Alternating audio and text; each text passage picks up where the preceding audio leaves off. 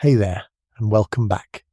If you are settling in right now, maybe drawing a blanket a little higher, maybe letting the day finally loosen its grip on your shoulders, then you are exactly where you need to be. Tonight asks almost nothing of you.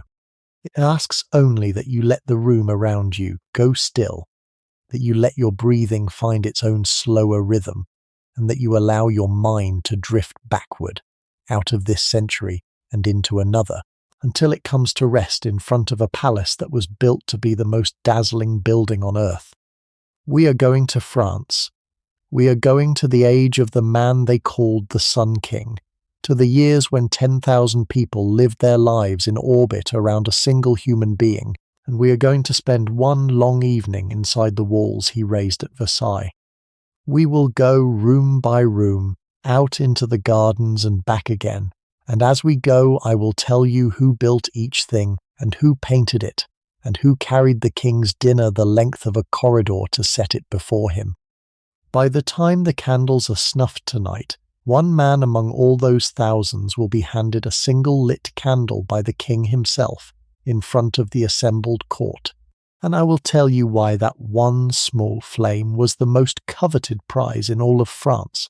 But that comes later, near the very end, when the palace is hushed and ready for sleep. For now, let it simply hang there in the dark ahead of us, a point of light to walk toward. Before we step through the gates, let me say one thing, gently, the way you would say it to someone you hoped would come back. If these long, quiet evenings in other centuries are something you would like to find your way to again, you are very welcome to subscribe, so that the next palace and the next age can find you without your having to go looking. I read the replies that people leave, and I find I think about them, the cities and the small hours they are written from.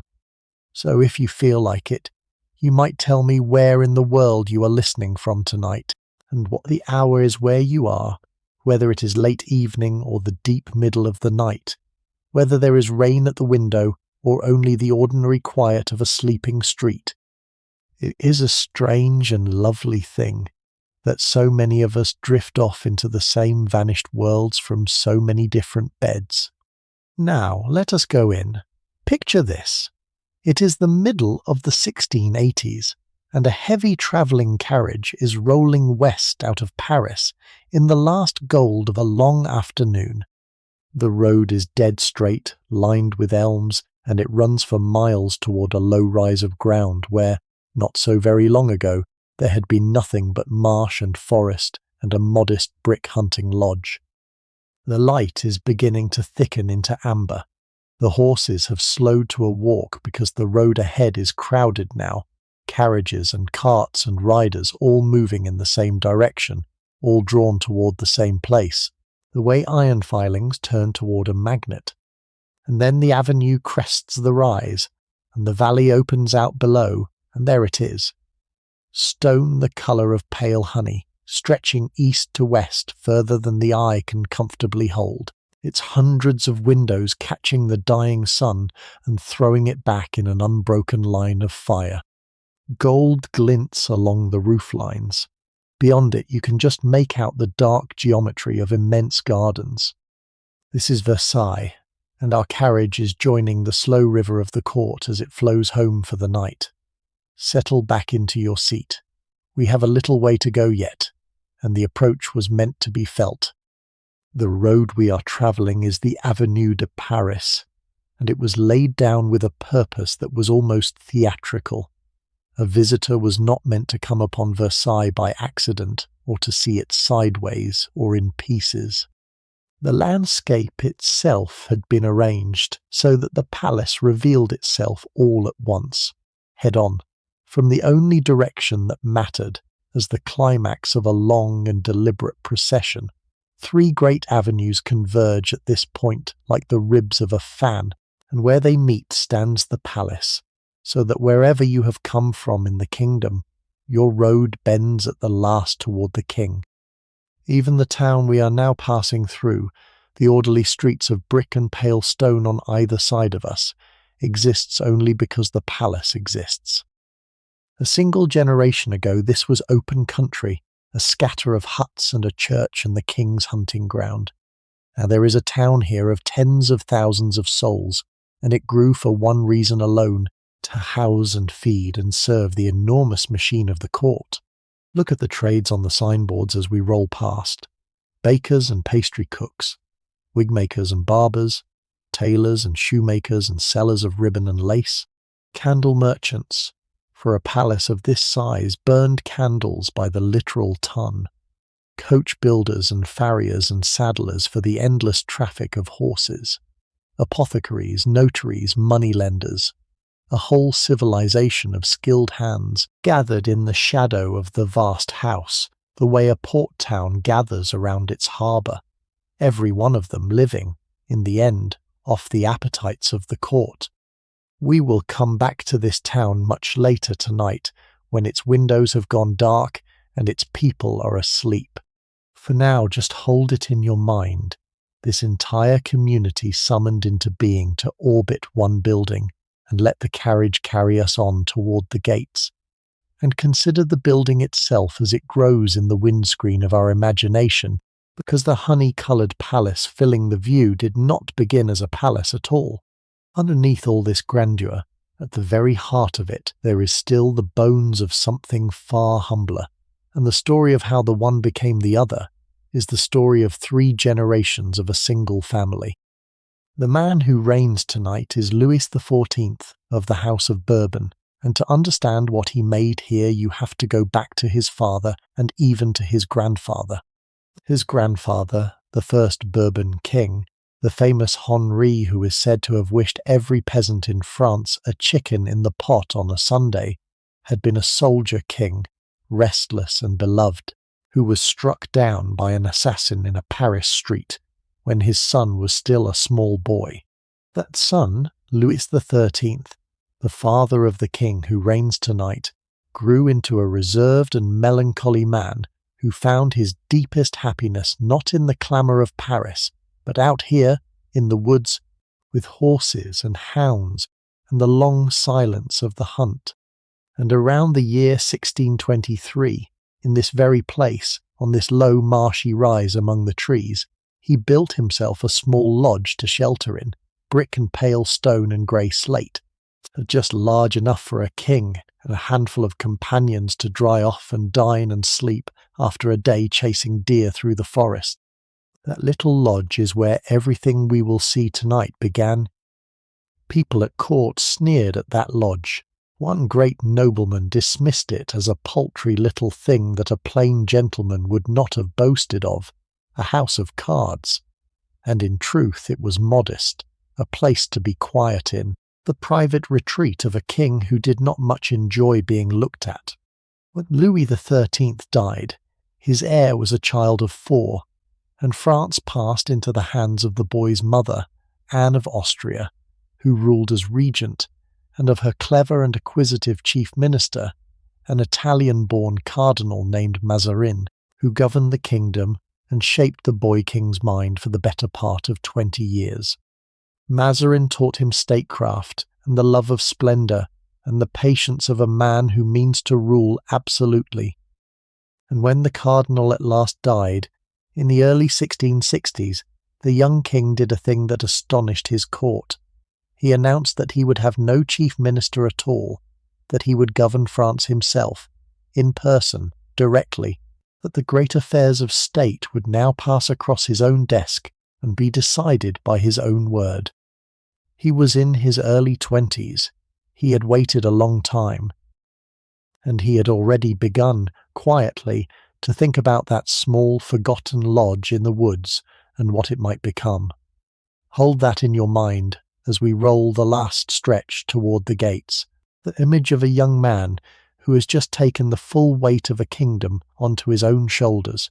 and who has decided that he will not rule from the city of his childhood.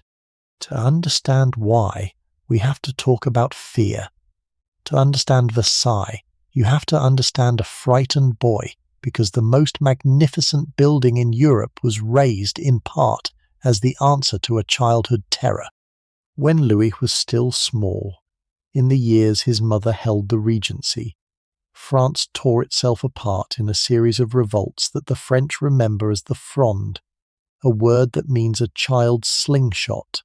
as if to make light of the whole affair, though there was nothing light about it. The high nobles rose against the crown. The law courts of Paris defied it. The city became dangerous, choked with barricades, swept by riot, and more than once the royal family had to flee it in the night, like fugitives in their own kingdom. On one occasion that the boy king is said never to have forgotten, a crowd of ordinary Parisians, hearing a rumour that the child had been spirited away, pushed their way into the royal residence to see for themselves whether he was still there, and the boy lay still in his bed and pretended to be deep in sleep while strangers filed past him in the dark, peering down to satisfy themselves that their king had not escaped them. Whether every detail of that night is exactly true or has been smoothed and shaped by memory hardly matters. What matters is the lesson the man took from it. Paris, to Louis, was the place where the king could be cornered, surrounded, made small, a city of mobs and barricades and proud noble houses where his enemies could gather and plot behind closed doors. And so the grown man made a decision that would reshape the whole of French life. He would not be cornered again. He would not rule from inside that crowded, treacherous, ungovernable city. He would draw the entire nobility of France out of their fortified houses and their distant estates, and gather them around him, in the open country, on a stage of his own building, where he could see them, and watch them, and keep them so busy with the endless small business of his favour, that they would never again have the leisure or the strength to rise against him. That is the secret buried beneath all the marble. Versailles is a monument to glory, yes, but it is also, at its root, the answer a wounded man gave to a fear he had carried since he was a child who was not safe in his own bed. There was one more thing that lit the fuse, and it is a story so vivid that it deserves telling in full, because it gave the king not only his ambition, but the very artists who would realize it. In the king's young manhood, there was a man named Nicolas Fouquet, the superintendent of the kingdom's finances, brilliant, charming, fabulously, and perhaps too conveniently rich, who built for himself a country house south of Paris called Vauquelin-Vicomte, and it was no ordinary house. Fouquet had gathered the three greatest talents in France and set them to work together for the first time: an architect of dazzling invention named Louis XIII, a painter of boundless energy named Charles Lebrun, and a garden designer of pure genius named André Lenotre, and between them they made at Vaux something the like of which France had never seen, a perfect marriage of building and painting and landscape, a single unified vision of beauty. And in the late summer of 1661, Fouquet made the fatal error of inviting the young king to a fête there to show it off. It was a magnificent evening, fountains and a banquet on gold plate and a new comedy performed in the gardens and fireworks bursting over the chateau at the close. And the young king looking about him at a splendour that outshone anything he himself possessed, grew very quiet and very cold. Within weeks Fouquet was arrested, charged and shut away in a fortress for the rest of his life. The official reasons were financial. But everyone understood the deeper truth, that no subject was permitted to outshine the king, and that Fouquet had committed the unforgivable sin of being too magnificent. And here is the part that matters for tonight. Louis took Fouquet's three artists, Levaux and Lebrun and Lenotre, the architect and the painter and the gardener, and he turned them loose, with the wealth of all France behind them, upon a small brick hunting lodge in the woods at Versailles. What they had made for a subject, they would now make for a king, on a scale 100 times greater. The dream that had been a private man's house would become the theatre of a nation. But a dream of that size needs more than 3 geniuses. It needs an army, and it is worth pausing on the army before we go in, because the gold and the mirrors have a way of making us forget the hands that raised them. The building of Versailles went on for decade after decade, swallowing a share of the kingdom's wealth that sober men thought close to madness. And at the height of the work, tens of thousands of labourers toiled here at once. The marsh that had made the place so poor a sight had first to be drained and tamed, the ground levelled, the earth moved by the cartload. Whole regiments of soldiers were set to digging when there was no war to fight, hauling and shovelling and carting in the heat and the cold. Stone came by the barge load up the rivers and by the wagon load along the roads. Forests were felled for timber and for the firing of kilns, and it was hard and often dangerous work. Men were injured in the quarries and on the scaffolds and in the great trenches and in the worst of the later waterworks, of which I will tell you more in the gardens. Men died in numbers that the court preferred not to dwell upon, of fever and exhaustion in the marshy ground. Overseeing all of it, with a cold and tireless eye, was the king's chief minister Colbert, the son of a cloth merchant, the most capable administrator France ever produced, who privately thought the whole Versailles enterprise a ruinous folly, and who would far rather his master had poured the money into the navy and the trade of the kingdom, but who, being a servant, served and managed the impossible accounts, and kept the armies of workmen paid and fed and at their labour year upon year. Remember them as we cross the threshold. Every honey-coloured stone we are about to admire was cut by a man whose name no one wrote down and set in place by another, and the splendour we have come to see was quarried out of ordinary muscle and ordinary lives. Our carriage has reached the gates now,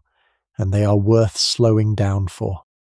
The outermost gate gives onto a great forecourt that narrows as it goes, drawing the eye inward toward the older heart of the building, so that the very shape of the approach funnels you gently but firmly toward a single point. The court is paved and busy even at this hour. Footmen, in the blue and red and silver of the king's livery, stand at their stations. Sedan chairs are set down and taken up. Officials hurry across the cobbles with leather portfolios under their arms. Guards in their plumed hats keep their posts at the inner gate. The famous gilded screen, whose ironwork blazes even in the failing light, picked out everywhere with gold, crowned at its centre with the arms of France and the radiant sun mask, that is the king's own emblem. As the carriage rolls deeper in, the architecture changes around us, growing older and richer and more intimate. The long, pale, newer wings giving way to an inner court faced in rose-coloured brick and pale stone and black and white marble underfoot. The court they call the Marble Court, where the windows of the king's own apartment look down from the first floor. This innermost court was the front of that original hunting lodge, the seed of the whole thing, and it has been deliberately kept as the symbolic heart of the entire palace. And here is a single fact that tells you almost everything about how this place was arranged and what it was for. At the heart of the palace, in the cluster of rooms gathered around this very court, lay the king's own apartment, and its whole life turned upon the central room of all, the one set squarely on the great east-west line of the building, facing due east toward the rising sun. It was here, in this room, that met the dawn, that the king was dressed each morning before his assembled court, his own bedchamber lying just beside it, a step away, at the very core of the house. Every wing, every garden path, every one of those 3 converging avenues was composed around this central pavilion and the man who lived within it. The sun rose each morning on a straight invisible line that ran through the heart of the king's rooms and out across the kingdom he meant to command. Nothing here was an accident. The geometry itself was an argument, and the argument was that all things turned around him, step down from the carriage with me now, and let us go in on foot, because the inside of Versailles cannot be understood from a cushioned seat. The first thing that strikes you, before any of the gold or the painted ceilings, is the sheer press of human beings. We tend to picture a royal palace as a hushed and guarded place, velvet ropes and a privileged few. Versailles was nothing of the kind. It was in a way that is genuinely hard for us to imagine, almost a public building, a place through which a broad river of people flowed day after day. Provided a man wore a sword and hat, both of which could be hired on the spot at the gate from enterprising tradesmen who kept a stock of each for exactly that purpose, almost any respectably dressed person could walk in off the forecourt and wander through the state apartments among the highest nobility in the land. The antechambers and galleries were thronged, loud and close, crowded with petitioners hoping to press a folded paper into a minister's hand, with sightseers up from the provinces gawping at the ceilings, with servants threading through the crush carrying linen and firewood and covered dishes, with soldiers and clergymen and merchants and adventurers and everywhere. Watchful among them, the courtiers themselves, standing in knots reading the room, missing nothing, their whole fortunes resting on being seen in the right place at the right moment. The air was warm with so many bodies and thick with the smell of wood smoke and melting wax and crowded humanity, and beneath that the heavy perfumes that everyone wore, in part from vanity, and in part because a building housing this many people had long since outrun what its drains and its conveniences could manage. Hold all of that close as we walk, the crowd and the warmth and the rich layered air, because it is the living texture of the place, and it is the one thing the cool, empty marble of today can never quite give back to you. Let me show you, as we move inward, how the building itself taught every person in it exactly where they stood, because at Versailles the architecture was a language, and anyone fluent in the life of the court could read it like a book. As you passed from the public rooms toward the king, you moved through a sequence of spaces, antechamber within antechamber, and at the threshold of each one the rules grew stricter about who might follow and who must stop. In the outer rooms anyone decently dressed might stand. A little further in, only those of a certain rank. Further still, only the great nobility and the blood of the royal family. And at the heart of it, only a handful of intimates and the servants of the king's own body. There were rooms in which a duchess might sit upon a stool, but only a princess of the blood upon a chair, and rooms in which, whoever you were, you stood. There was a precise and jealously guarded order to who might enter while the king dined, who might be present while he was dressed, who might hand him his shirt, who might hold the basin while he washed. These were not trivial questions of manners. They were the hard currency of power, fought over for years, hoarded, inherited, remembered to the third generation. To rise at this court was, quite literally, to be admitted a little further into the building, a few steps nearer to those innermost rooms and the man at the heart of them. The palace was not the backdrop to the contest for status. The palace was the contest, rendered in marble and gilt, and every doorway we passed through tonight was once a frontier that men spent their lives trying to cross. Let me take you up now into the grandest of the state apartments, the suite, the court, called the Grand Apartment, and let me tell you who painted what we are about to see, because here, the whole idea behind Versailles announces itself overhead in colour and gold, and you can read the king's mind on the ceilings. There is a shining enfilade of these rooms, each opening into the next in a long receding vista of doorways, and the man who oversaw their decoration was Charles Lebrun, the painter the king had taken from the disgraced Fouquet, now raised to be the supreme arbiter of the arts in France, the director of the royal manufactory at the Gobelins where the tapestries and the furniture were made, the man who set the style of an entire age. Lebrun and the small army of painters and gilders and stucco workers under his command covered these ceilings in a vast programme of allegory, and the programme was not random. Each room is named for one of the heavenly bodies, as people then reckoned them. The apartment was first conceived as a model of the heavens entire, a chamber for each of the 7 planets then known, but when the king raised his mirrored gallery along the garden front, 2 of those rooms, the chambers of Saturn and of Jupiter, were given over to the new work.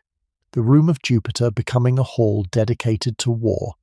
so that what we walk through tonight is the heavens a little abridged, a salon of Venus and a salon of Diana, a salon of Mars and a salon of Mercury, the painted planets leading the eye room by room toward one fixed point. And the scheme turns, of course, upon that point, for the room toward which the others incline was given to Apollo, the god of the sun, of light, of order, of music and poetry, the radiant figure the king had chosen for his own. Louis was the Sun King, le roi soleil, and that was no poet's flattery the king merely tolerated. It was the organizing principle of the entire reign, chosen by him, repeated everywhere, worked into the ceilings overhead, and the tapestries on the walls and the statues in the gardens, and the very plan of the rooms. As the planets wheel around the sun, the imagery declares, so all of France, all of the court, the whole of creation turns around the king. Walk slowly beneath these ceilings and they cease to be merely beautiful and become something closer to a sustained and gorgeous argument, pressed gently and ceaselessly upon everyone who passed below, that here at the centre of all things was the source of the light. But before we enter the gallery, let me bring you back a little, to the foot of a staircase, because the way you came up to the king's apartments mattered as much as the rooms themselves, and the grandest of the approaches was a marvel that no longer stands, so I can show it to you only in the mind. In these years, an ambassador arriving to be received climbed to the king through a vast ceremonial staircase of coloured marble, broad and shallow, and rising in stately flights between walls painted from floor to ceiling by Lebrun and his workshop, walls that opened, in paint, into illusioned balconies crowded with figures of every nation of the earth, who leaned over the painted rails to gaze down in wonder at the visitor as he climbed. Imagine the effect upon a stranger. You ascend slowly between marbles of rose and grey and green, the light falling from above, and on every side the painted peoples of the world look down upon your small real figure with admiration and awe, so that by the time you reach the top and pass into the king's presence, you have been told, wordlessly and overwhelmingly, that you are approaching the centre of all things, watched by the whole of mankind. It was Lebrun's great masterpiece of theatre, this staircase, the perfect overture to the rooms above, and it is gone. A later king, needing the space, had the whole magnificent thing pulled down, and now we have only the descriptions and the drawings, and the knowledge that for a few decades the embassies of the earth rose to the Sun King, up a flight of painted marble where all the nations of the world bowed down to watch them come. Hold that lost staircase in your mind as we go up, a reminder that even here, even at the heart of the most enduring of palaces, some of the greatest beauty has already slipped away. Let me lead you to the heart of the planet rooms now, to the chamber that ranked above all the others, the salon of Apollo, for here, in the years of our evening, stood the throne. It was the grandest of them all, hung with crimson and gold, its ceiling given to the sun god himself, riding his chariot across the painted heavens, and upon a raised dais beneath a great canopy stood the throne of the king, the silver throne in the early years, and the salon was kept always in a state of readiness, for it was here, in formal audience, that the king received those he wished to honour or to overawe. Most evenings it stood empty and waiting, a chamber held in reserve for majesty, and there is something striking about an empty throne room by candlelight, the canopy, the dais, the chair that almost no one was ever permitted to approach, the whole weight of the realm gathered into a single vacant seat. Stand in the doorway with me and look at it, the throne waiting in the half-light, and feel how a space can hold its meaning, even when the man who gives it meaning is elsewhere, asleep or at his cards or out walking in the dark gardens. The throne did not need the king to be sat upon it to do its work. It only needed to be there, at the centre, gold and crimson and silent, so that every soul who passed the door was reminded where the true axis of their world was fixed. But the king did not truly live in these grand public chambers, and I want to show you quietly where the man retreated to behind them, because behind the blazing state apartments lay a second, smaller, more secret suite of chambers that very few were ever permitted to enter. Here, away from the planet rooms and the watching court, the king kept his private cabinets, intimate chambers panelled in warm wood and crowded with the things he most loved. His finest paintings hung close together, his cabinets of medals and gems and rare and curious objects, his most precious treasures gathered where he alone and a chosen few could enjoy them. Here he could work, or look at his pictures, or simply be with something a little nearer to privacy than the rest of his life allowed. And there is something quietly touching in the existence of these rooms, in the thought that the man who had turned his every public act into a ceremony nonetheless kept tucked behind the spectacle a few small warm chambers full of beautiful things, where the sun could draw the curtain on itself for an hour and be, in some reduced and human measure, simply a person who loved fine paintings and rare stones and a little quiet. We will not go in. Almost no one did. But know that they are there, just behind the gilded doors of the staterooms, the small private heart of a very public life. And we must not forget the other side of the palace, the side that the histories so often pass over, the domain of the women, for opposite the king's apartments, across the great courts, lay the apartments of the queen, and they were a kingdom of their own. Here the queen kept her household, her ladies, her own ceremonies that mirrored the king's, her own rising and dressing and dining attended by the grand ladies of France, who competed for her favour as the men competed for the king's. Here was a softer, in some ways a warmer place, the realm of the court's women, of friendships and rivalries and marriages made and unmade, of music and embroidery and gossip and devotion. And here too ceremony reached into the most private corners of life, for when a queen or a princess of France gave birth, she did so not in privacy, but very nearly in public, before a crowd of witnesses, so that there could never be the slightest doubt or whisper that the child laid in the cradle was truly the one the mother had borne, the continuity of the royal blood being a matter of state too grave to be left to trust. Imagine that, the most intimate and vulnerable hours of a woman's life turned, like the king's waking and sleeping, into an occasion attended by onlookers. It tells you more sharply than almost anything else how completely this was a world in which the line between the private person and the public symbol had simply been erased, in which even birth and death were performances watched, recorded, and required. The women of Versailles bore that weight as the men bore theirs, and their apartments, though quieter than the king's, were no less a stage. And let me bring before you the woman who, until only a season or two before the evening we are sharing, was the heart of these very rooms, the Queen herself, Marie Thérèse. Come and meet her, for she is far too easily forgotten. She was a Spanish princess, fair and gentle and not tall, married to the king as a treaty is signed, for reasons of state that had nothing to do with her own wishes, and set down in the glare of the most brilliant court in Europe, which she never learned to love or to understand. She spoke French imperfectly all her life.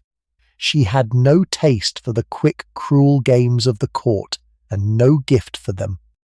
And she loved her husband, simply and steadily and largely without reward, through all the long years in which his heart was given openly to others,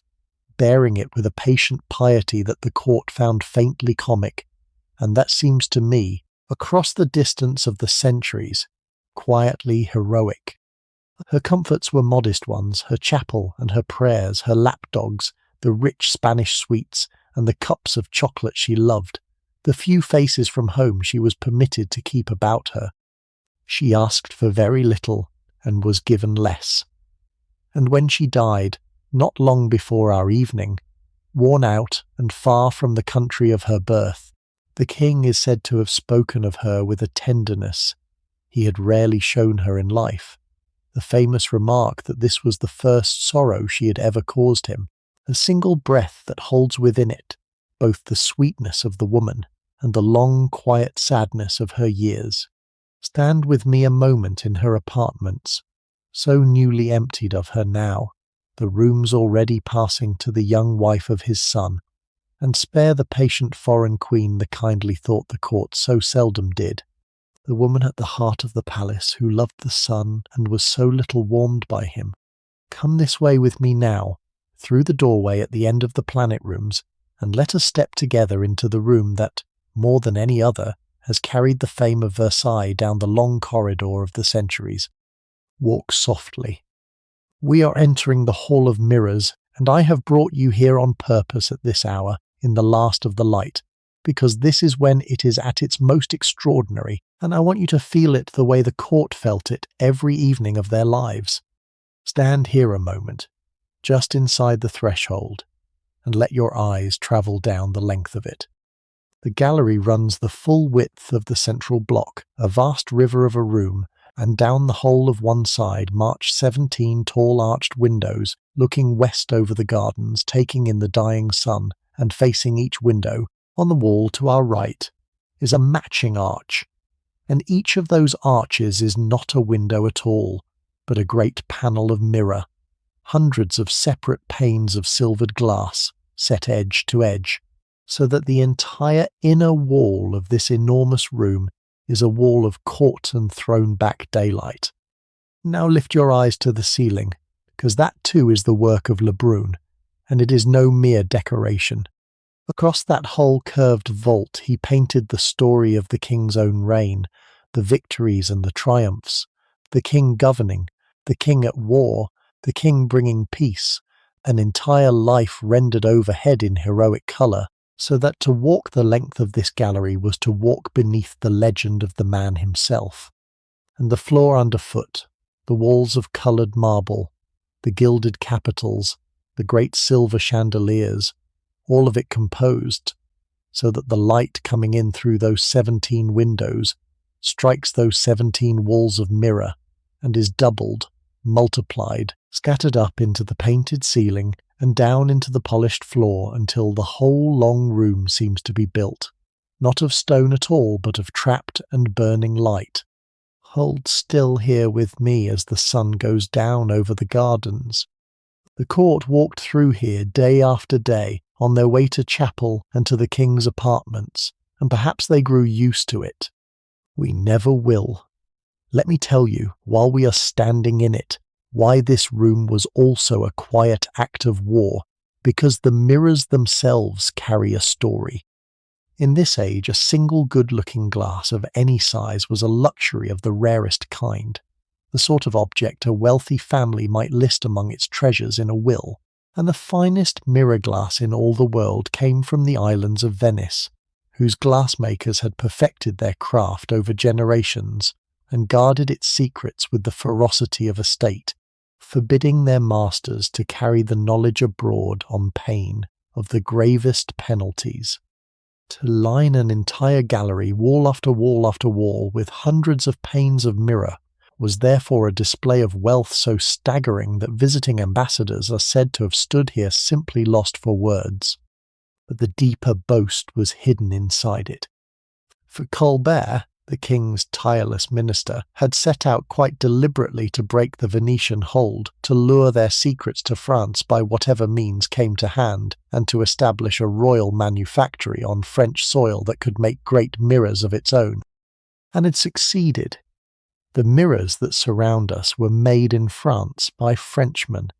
and that fact was itself part of the message of this room, a declaration in silvered glass that France need bow to no one, and depend upon no one, not even in the making of a mirror, that whatever the world could do, the kingdom of the Sun King could do for itself, and do more grandly. Every reflection in this gallery was a small French triumph over the proud old craftsmen of the lagoon. And I must show you what once stood in this room, because it is one of the most astonishing facts about the entire palace, and it is gone now, so I can only show it to you in the mind. When this gallery was new, it was furnished in solid silver, not silver-plated, not silver-trimmed. Solid silver, a fortune of it, great tables and stands and gleaming tubs for the orange trees and candelabra as tall as a man, an entire suite of furniture cast and worked in precious metal, and at the heart of the king's apartment, a throne of silver raised on a dais, on which the Sun King sat to receive the embassies of the earth. Imagine this room by candlelight in those years. The silver catching every one of 1,000 flames and throwing the fire back from 100 surfaces, the mirrors doubling it, the whole gallery ablaze with cold white brilliance. It was beyond the dreams of any other court in Europe. And then, a few short years after the evening we are sharing, the kingdom went to war, a long and grinding war that drained the treasury to its dregs. And the king did a thing that tells you, in the end, what even he understood about the difference between glory and necessity. He ordered the silver furniture of Versailles broken up and carried to the mint and melted down into coin to pay his soldiers. The most magnificent furnishings ever made by any king were turned back into money and spent on an army. The silver throne, the silver tables, the towering candelabra, all of it dissolved away into the war, never to be seen again, leaving only the memory and a handful of descriptions by people who had been lucky enough to stand here as we stand now, while it still blazed. Stand with me a little longer, because this gallery was the great stage of the reign, and I want you to picture it filled, just once, before we move on. On the most important days, the doors at the far end would open, and the king would process the length of this room to the silver throne, and at the other end would be waiting the ambassadors of a foreign power, often men who had travelled half the known world to reach this spot. There was the day, the Doge of the proud Republic of Genoa, a man who by the ancient custom of his city was never supposed to set foot outside it, was made to come here in person and stand in this gallery and submit to the king, a humiliation so pointed that it became famous across Europe. And there was the day, in these very years, when an embassy arrived from the kingdom of Siam, from the far side of the world, sent by a king the French had only just learned existed, and the Siamese envoys came up this gallery in their tall pointed hats and their robes of cloth of gold, bearing letters and gifts of lacquer and porcelain, and the entire court packed itself onto tiered seating along the walls to watch, jostling and craning, the women blazing with every jewel they owned, because to be seen at the reception of the Siamese was to be seen at the very centre of the world. That is what this room was for. Not for beauty alone, though it is beautiful beyond reason, but for the theatre of power, for the moment when a stranger from the ends of the earth would walk its shining length and understand before a single word was spoken, exactly how small he was and how great was the king who waited at the other end. Now let the gallery empty again in your mind. Let the crowds and the ambassadors and the blaze of silver fade, until it is just the two of us once more, standing quietly in the last of the daylight. Come, I want to take you outside into the gardens while there is still colour in the sky. So let us step out together through one of those tall windows onto the broad terrace that runs along the garden front, and let the cool air of the evening come up to meet us. Take a breath of it. After the warmth and the crowding and the perfume of the rooms behind us, the air out here is sweet and green and faintly damp, and it carries the smell of clipped box and turned earth and, somewhere below, water. Now look out. The way the king looked out from his windows every day of his life, because the prospect spread before us is one of the most famous views ever composed by human hands, and every line of it was made by the third of those stolen geniuses, the garden designer André Lenotre. The ground falls away from the terrace in broad shallow flights of steps, and from there the gardens unroll westward toward the setting sun in a vast pattern of clipped hedges and pale gravel walks and still rectangular pools, all of it laid out with a geometry so exact that it seems less like a garden than a beautiful theorem worked across the surface of the earth.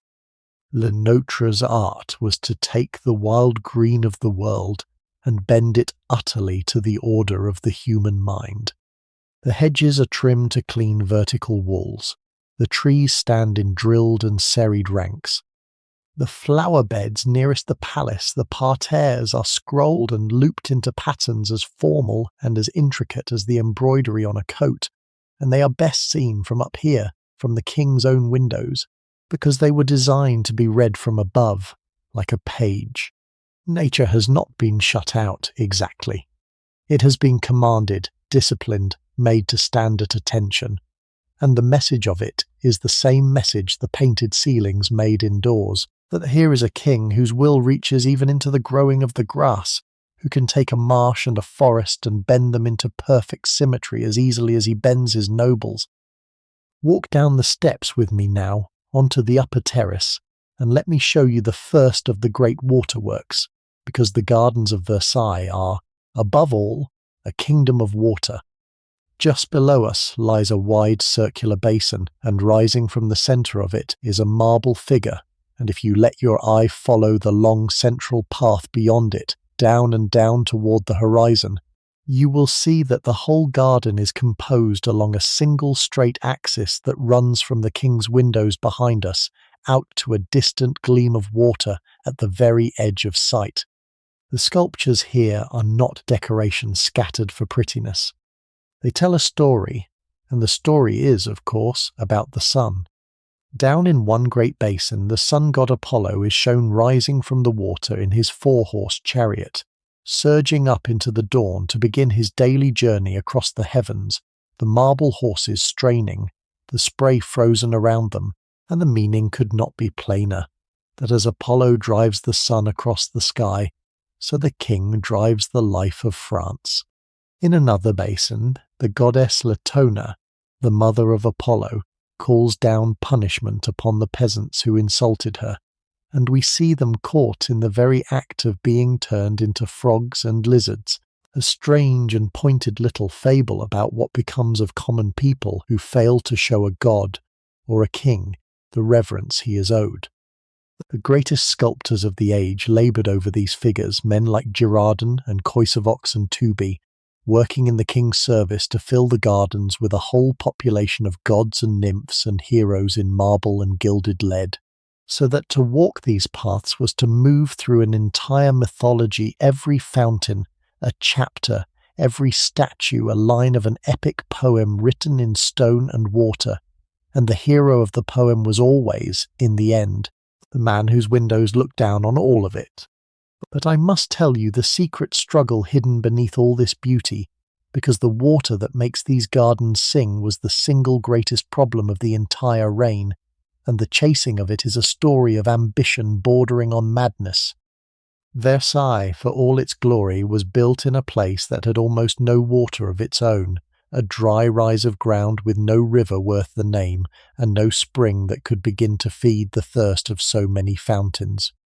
The fountains of Versailles were a promise the land itself could not keep. At first they dug ponds and reservoirs and brought in what they could, and it was never enough, never close to enough, so that on ordinary days only the fountains the king was actually walking past could be set running, and a small army of fountaineers was stationed through the gardens with whistles, signalling one another as the king approached, so that each basin sprang to life just before he reached it,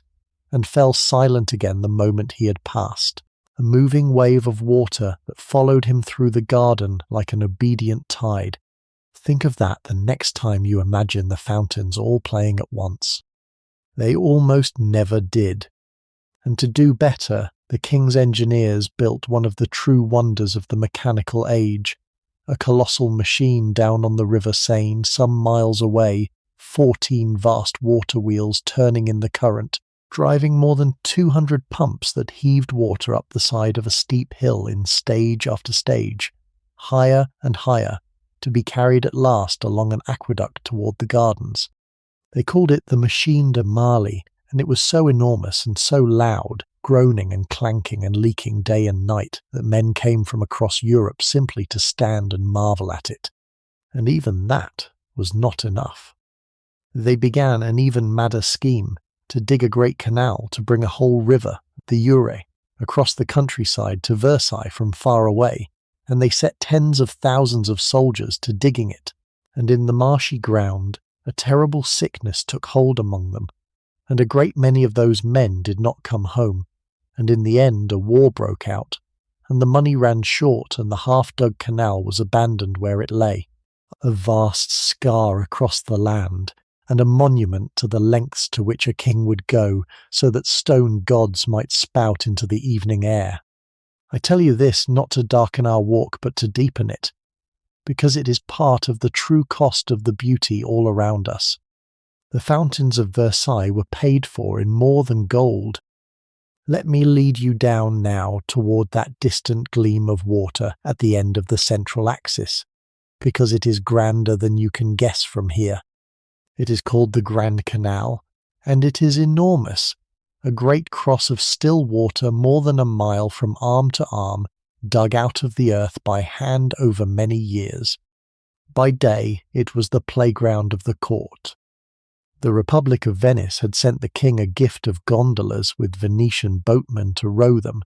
and they were kept here in a little village on the bank that the court called Little Venice. And on summer afternoons the gondolas would drift the length of the canal alongside miniature warships and gilded pleasure barges, and music would carry across the flat water, and the court would float and idle and watch the light change. And on the very greatest occasions the gardens became the setting for festivals the like of which the world had not seen. In the early years of the reign, before much of what surrounds us had even been built, the king held a famous many-day fête out here, with the gardens turned into the enchanted island of an old romance, with tournaments and banquets laid in the open air, and a play performed by torchlight, and the night brought to a close by fireworks that turned the sky over the gardens to brief and brilliant day. There were water festivals with the canal lit by thousands of lamps, and barges of musicians moving across it in the dark. There were illuminations that used the new fountains and the basins and the long avenues as a single vast stage for the play of light and water and fire. To have been here on such a night, drifting on the dark canal with the lamps doubled in the water, and the music drifting, and the pale palace floating, lit at the end of the long perspective, must have felt like being inside a dream from which one never quite wished to wake. The canal is silent now, in our evening, dark and still, and waiting for the moon. Behold the memory of those nights of light as we turn aside, because I want to show you the hidden world that lies on either side of this central avenue, behind the high dark walls of the hedges. Let me give you, before we lose the daylight entirely, the one spectacle these gardens were truly built for, the thing that all the canals and reservoirs and that groaning machine on the river existed to make possible, the day the great waters played. On the rarest and grandest occasions, when the king wished to overwhelm a visiting prince or crown a festival, the order was given, and the whole vast system of the gardens was unleashed at once, every basin, every grove, every hidden jet brought to life together, and the gardens that we are walking through in their evening stillness became, for a few astonishing hours, a kingdom of leaping, roaring, shimmering water. Imagine it. Down the whole length of the central axis the fountains rise together, the sheets and ropes and feathers of spray flung high into the sunlight, and falling back in clouds of spray and rainbow. Apollo surged from his basin in a storm of white spray. The hidden groves fill with the play of their secret jets. The air grows cool and damp and loud with the rush and thunder of it, and the light breaks into colour wherever the spray catches the sun. It could almost never be done, for the flow it drank was more than the system could truly give, and the fountaineers with their whistles still had to nurse the supply from grove to grove even on the greatest days. But when it was done, when the king walked his prescribed route through gardens alive from end to end with playing fountains, it was reckoned one of the wonders of the world, a display of beauty and abundance and sheer impossible mastery that left ambassadors groping for words to carry home. We see the gardens tonight with the fountains stilled, the basins dark and quiet, the gods dry in their shadowed niches. But know that this is what they were made for, this brief and costly glory of leaping water, and let the memory of it play in your mind, all the fountains of Versailles rising together into the golden air, before the basins fall silent again, and the dusk comes down. But before we lose ourselves among the hedges, let me show you one sculpture above all the others, because it speaks to the very hour we are sharing. In the gardens there was made, in the early years, a grotto, an artificial cavern of rock and shell and falling water, cool and dim and dripping, and within it the sculptor Girardon set one of the loveliest works of the whole reign, a group of marble figures showing the sun god Apollo at the end of his day's long journey across the sky, come down at last to rest, while the nymphs of the sea tend to him, bathing his feet, drying his hands, soothing the weariness of the god who has spent the whole day driving the sun across the heavens. Think on the meaning the court would have read in it. The king was Apollo, the sun, and here in marble was the sun at evening, his work done, his light lowered, allowing himself at last to be cared for and to rest. Of all the images in all these gardens, this is the one that belongs to our hour, the god of the daylight laying his burden down as the dark comes on, attended in his weariness, permitted for a night to close his eyes. The grotto itself was later swept away in one of the endless rebuildings, and the marble group moved elsewhere, but the image endures, and I want you to carry it with you into the rest of our walk, the sun resting among the gentle nymphs as the day ends, because it is, in a way, a picture of where we ourselves are going tonight, toward rest, toward the lowering of the light, toward the end of the long day's journey. Let me tell you a charming thing about how we ought to walk these gardens, because the king himself left instructions.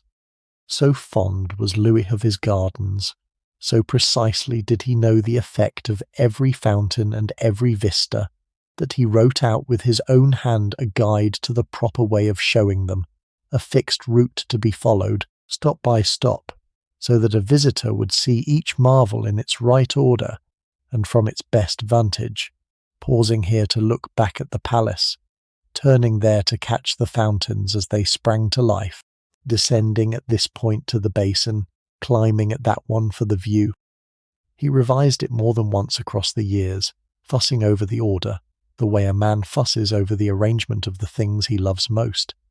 And there is something wonderfully human in that, in the picture of the most powerful monarch in Europe sitting down to write, in effect, a set of directions for a walk, insisting that his gardens be experienced just so, in this sequence and no other, because he had discovered, through long delight, exactly how they ought to unfold before the eye. So as we wander tonight, know that we are loosely following in the king's own footsteps, taking something like the route he laid down, seeing the gardens in some measure, as he most wished them to be seen, though we take our walk by moonlight, when the fountains he loved are stilled, and the order matters less than the quiet. Let me lead you deeper then into some of the grandeur of the green rooms, the ones the simple word grove does not begin to capture. There was one bosquet built as a true outdoor theatre of fountains, with tiers and arches and channels so arranged that jets and sheets and curtains of spray played in shifting figures, a whole performance of moving currents staged within the hedges, an art so delicate and so dependent on the scarce and precious supply that it could only rarely be shown. There was another that held a single tremendous sculpture, a giant out of the old myths, a defeated titan half buried in rock, struggling beneath the weight of the mountain heaped upon him by the gods, a torrent bursting upward from his straining mouth in a great roaring jet, a fearsome image of rebellion crushed, of the fate of those who dared to rise against the order of heaven, and no courtier strolling past it could have failed to read its warning. There were colonnades of marble and groves of fountains and quiet enclosed gardens, with a single jet playing into a basin. Dozens of these rooms, each a world apart, and the wealth and ingenuity poured into them beggars belief that this whole hidden second garden tucked behind the first, most of it shown only on the rarest occasions, much of it reshaped or swept away in the restless rebuildings of later years. We see them tonight in the dark, hushed and shadowed and still, the fountains that gave them their whole reason, silent in the basins. But picture them for a moment as they were meant to be, alive with playing fountains and crowded with a strolling court, and you begin to grasp the sheer scale of the dream. A king who was not content to make one of the great gardens of the world, but made, behind it, a whole second secret garden as well, simply because he could. And as I give you before we move on, the people who made all this green perfection possible, because the gardens, even more than the palace, were a thing of ceaseless human labour. An army of gardeners served here, and their work never ended, for the formal gardens of Versailles demanded a perfection that nature does not freely give. The hedges had to be clipped and clipped again to keep their clean, hard edges. The gravel had to be raked, the basins cleaned, the trees pruned and staked, and when they died, dug out and replaced with grown trees brought from far away so that no gap should ever show. And the flowers were a wonder of their own. The king loved flowers, loved abundance, loved colour, and the parterres near the palace were planted not for the slow turning of the seasons, but for instant and constant perfection. The flowers grown in pots by the hundreds of thousands in nurseries out of sight, and carried in and set into the beds in full bloom, and then, as soon as they began to fade, lifted out again in the night and replaced with fresh ones, so that the king might look from his windows on any morning of the year and see his parterres in flawless flower. It is said he was especially fond of the heavy scented tuberose, and had so many planted that the perfume of the gardens on a summer evening could be almost overpowering.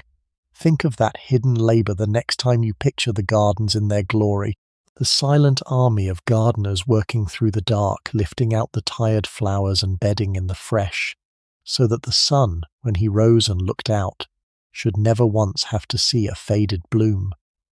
The perfection was real. It was also, like everything here, made by hands and kept by hands and never, for a single day, allowed to rest. Come with me off the great central avenue then, through a gap in the towering hedge, and let me show you a secret that the grand view from the terrace never reveals. On either side of that central axis, hidden away behind the high-clipped walls of greenery, lies a whole concealed world of garden rooms, dozens of them, each one a separate enclosed space with its own character, its own surprises, its own mood. The French called them bosquets, little groves, and to wander among them, as we are doing now, is to pass from one outdoor chamber to another, as though moving through the rooms of a green and roofless palace. Step in here. This one is a ring of white marble columns, a perfect circle of them, with arches between and a fountain playing softly at the centre, an open-air room of stone set down among the trees, cool and hushed and dappled. Now follow me through to the next. Here the hedges have been shaped into the tiers of a little outdoor theatre, with a stage of turf and a backdrop of falling water, where the court would gather of a summer evening to watch a ballet performed under the open sky. Through here is another, where the paths are arranged so that jets of water arch overhead from hedge to hedge to make a cool dripping colonnade you could walk beneath on the hottest day. And in the heart of the gardens there was once a great maze, a labyrinth of high green walls in which the court could happily lose an afternoon.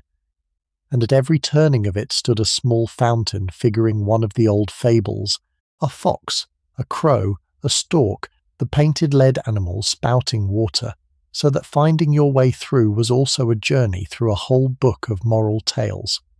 By day, these green rooms were the setting for the court at its most unbuttoned, for picnics and music and idle strolling, and the endless soft commerce of who was seen walking with whom. By night, as now, with the colour gone from the sky and the hedges turned to black walls and the gravel showing pale underfoot, they become something hushed and faintly mysterious, a maze of shadowed corridors where the fountains have fallen silent and only a thread of trickling water in some unseen basin breaks the stillness. Let your mind wander down one of these darkening green alleys with me between the high black walls, and feel how a garden built for 10,000 can become, in the dusk, as private and as secret as a held breath. Let me lead you now toward the southern end of the gardens, because there is a building here you would never guess at, hidden below the level of the terraces, and it is one of the loveliest solutions to a practical problem you will ever see. The king adored orange trees. Their dark glossy leaves, their white-scented flowers, their golden fruit, all of it spoke to him of the warm south and of abundance, and of a kind of living gold, and he wanted them everywhere, in silver tubs along the hall of mirrors, scattered through the gardens, perfuming his rooms. But orange trees cannot survive a hard northern winter out of doors, and so the architect built, into the great retaining wall beneath the southern parterre, an immense vaulted gallery of pale stone, south-facing, sheltered, its huge arched windows gathering and holding the low winter sun, a palace for trees. This is the orangery. In the cold months it shelters many hundreds of orange trees and lemon trees and pomegranates and oleanders, some of them ancient, brought from the warm kingdoms of the south, living out their long lives in this stone sanctuary. And in the spring an army of gardeners wheels them all out on their little carts to stand in ordered ranks in the sunshine, the air suddenly heavy with the scent of orange blossom. Stand at the head of the steps above it in your mind, and look down on those ranks of dark trees in their tubs. This hoarded green warmth held safe against the winter, and you understand something tender about the man who ordered it, that the same king who melted his silver into cannon also went to enormous lengths to keep a few hundred trees alive through the cold, so that he might smell their flowers. And there were places here more private still, places the king made for the rare hours when even he could no longer bear the weight of the spectacle he had built. Out toward the far end of the gardens, beyond the great canal, he had raised a smaller palace within the larger one, a place of escape. The first version of it was faced all over in blue and white tiles in the fashion of the porcelain that was just then arriving from the east, a cool and delicate and rather fragile pleasure house, and when that proved too slight to last, he had it rebuilt grander and more durable in rose-coloured marble, a long low palace of pink stone and great windows opening onto private flower gardens, where the king might withdraw with a handful of chosen companions and his most intimate family, and breathe a little more freely than he ever could in the vast house. And near it he kept a menagerie, a graceful pavilion at the edge of the grounds, surrounded by enclosures and aviaries, where he gathered exotic living creatures from across the known world, birds of impossible colours, beasts that the people of France had never set eyes upon, animals brought across oceans at great cost to live out their days in the king's garden, as a kind of living proof of the reach of his power, that even the strange beasts of distant lands could be summoned to Versailles. And I find there is something quietly revealing in all of this, in the fact that the very man who designed the most public life ever lived, who turned his own waking and dining and sleeping into ceremonies performed before crowds, also built into the edges of his creation these softer, cooler, more hidden places to flee to. He had made himself the sun, the fixed and blazing centre, that can never look away and never go dark. And he had also, it seems, understood the cost of that, and built himself a few shaded marble corners where the sun might, for an hour, be allowed quietly to set. Fourth, let us go back indoors now, out of the cooling dark of the gardens, and let me take you down into a part of the palace that the sightseers up from the provinces never saw, because beneath all the gilding and the painted heavens there ran a second Versailles, a working Versailles, without which the dazzling one could not have survived a single day.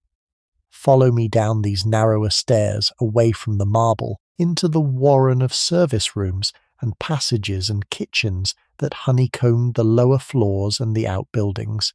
and feel the change in the air, the rising heat, the smell of roasting meat and wood smoke and scouring and sweat. To keep this place alive required an army of servants larger than the population of a good-sized town, an entire society of human beings organized into departments as elaborate and as jealously ranked as any government ministry. There were those who served the king's person and those who served his table, and those who kept his rooms and those who tended his horses, and those who guarded his doors and those who carried his messages, and beneath them others who served the servants, and the whole vast household was governed by rules and precedents and rights of office as old and as carefully guarded as the etiquette of the court above. Think only of the feeding of it all. To set food before the king, the royal family, the great officers, and the hundreds upon hundreds who had the right to be fed at the king's expense, and to provision somehow the thousands more who had to eat. The kitchens worked like a foundry that never cooled. Whole oxen turned on the spits. Flocks of fowl, mountains of bread, baskets of fish brought packed in ice or straw from the distant coast, fruit from the king's own gardens, wine by the barrel, all of it flowing in through the service gates in an endless tide and out again as the thousand dishes of the court. And here is a thing that catches at the imagination.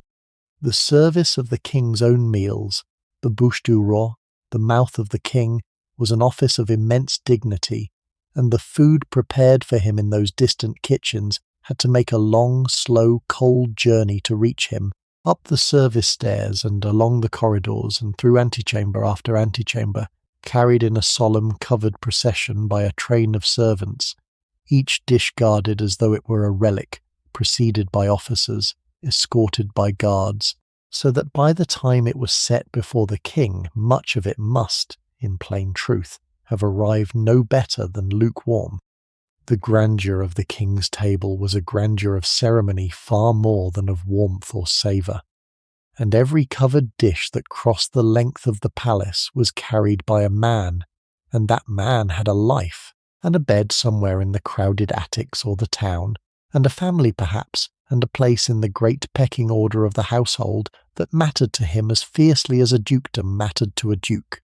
The price of all this glory was paid, in the end, by people whose names no one troubled to write down, the cooks gelded at the fires and the boys who turned the spits and the porters, who carried the king's cold dinner, the length of a palace, the laundresses and the water carriers and the sweepers and the scrubbers, who kept the vast machine turning in the heat and the dark below the painted floors. And we should keep them with us tonight, because they were here, and they were the true foundation on which all the marble stood.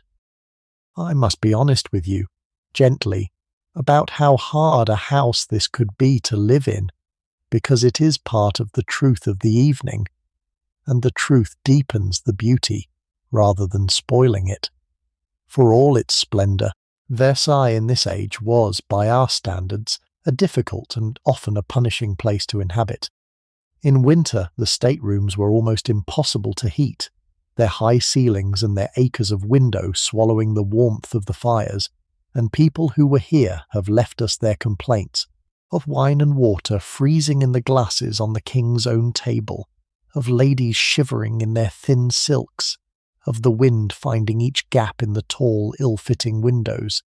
A palace built to hold thousands strained at each joint to manage what thousands of human bodies inevitably produce, and the limits of its drains and its few and primitive conveniences were, to put it as delicately as the subject allows, severe, so that the famous heavy perfumes of the court were never only vanity, but also a kind of armour worn against the air itself. The very crowding that made the place so gloriously alive also made it close, and rank, and wearing. And yet, and this is the thing that tells you most about human beings, they came anyway, in their thousands, and they fought one another bitterly for the privilege of being cold and cramped here, rather than comfortable anywhere else on earth. To understand why, you have to understand the deep engine of the whole place, the endless game that every soul above stairs was playing, each waking hour, whether they admitted it or not. Come back up with me, then, into the upper floors, and let me show you where the high nobles of France actually lived when they were here, because it was not where you would imagine. These lords could have stayed on their own vast estates, in their own warm and ancient chateaux, masters of their own lands and their own people, as their fathers had been. The king lured them here instead, away from those power bases, into a gilded cage in which the only currency was his favour, and his favour was won by one thing only, by being present, by being seen, by playing the endless daily game of attendance. A nobleman who stayed away on his estates was a nobleman the king forgot, and to be forgotten by the king was to wither into nothing, to lose the pensions and the offices and the marriages and the regiments that flowed only from royal notice. And so they came, and once here, even the greatest of them very often found themselves housed not in splendour at all, but in a cramped lodging tucked up under the roof, a single low-ceilinged room with a window the size of a book, hot in summer and frozen in winter, and they clung to these wretched garrets and schemed and intrigued and inherited them and passed them down, because a miserable closet inside Versailles was worth more in the only currency that mattered than a palace anywhere else. They rose at dawn to be present at the king's rising. They studied his moods the way sailors study the sky. They competed, with deadly seriousness, for the right to perform the smallest service about his person, to hold a candle, to hand a garment, to be permitted to follow him through one more doorway than their rivals. One of them, a small, sharp, watchful duke named Saint-Simon, would spend his life filling thousands of pages with the daily warfare of it all, who had snubbed whom, who had been granted the right to a stool, who had risen, and who had been ruined on the strength of a single glance from the king, and to read him is to understand at last that the true profession of these people, their whole art and craft and life's work, was simply the management of their own nearness to one man. Let me draw your attention, before we move on with the day, to the strangest and most ferocious of all the contests fought in these rooms, the endless war over precedence, because nothing shows you the true nature of this court so sharply. To us it seems almost beyond belief, but the question of who might sit, and upon what, and in whose presence was a matter of the most deadly seriousness, fought over with a passion that men would scarcely have spent upon their own salvation. There were those who had the right, in the presence of the king or the queen, to a chair with arms, and those who might have only a chair with a back and no arms, and those who were entitled merely to a stool, a low backless folding stool, and those who might have no seat at all and must stand. And these distinctions, which sound to us like nothing, were guarded and coveted and litigated as though they were great estates, for they were the visible, public, undeniable proof of a family's exact rank in the eyes of the king, and to win the right to a stool where one had stood before, or to be denied it where one's rival was granted it, could make or mar a reputation and consume a noble house in fury for years. The Duke, whose memoirs we owe so much to, spent a great part of his life in a state of barely controlled rage over precisely such questions, over who had been allowed to do what in whose presence, over the precedence of dukes against princes and the rights of this rank against that. And he was far from alone, for the entire court was fluent in this arithmetic, and watched every ceremony with a hawk's eye for any slight or any unearned honour. It seems a kind of madness, and in a way it was, but it was a madness the king had deliberately cultivated, for so long as the greatest men in France were pouring their pride and their energy into the war over stools and armchairs, they were not pouring it into the far more dangerous war over armies and provinces,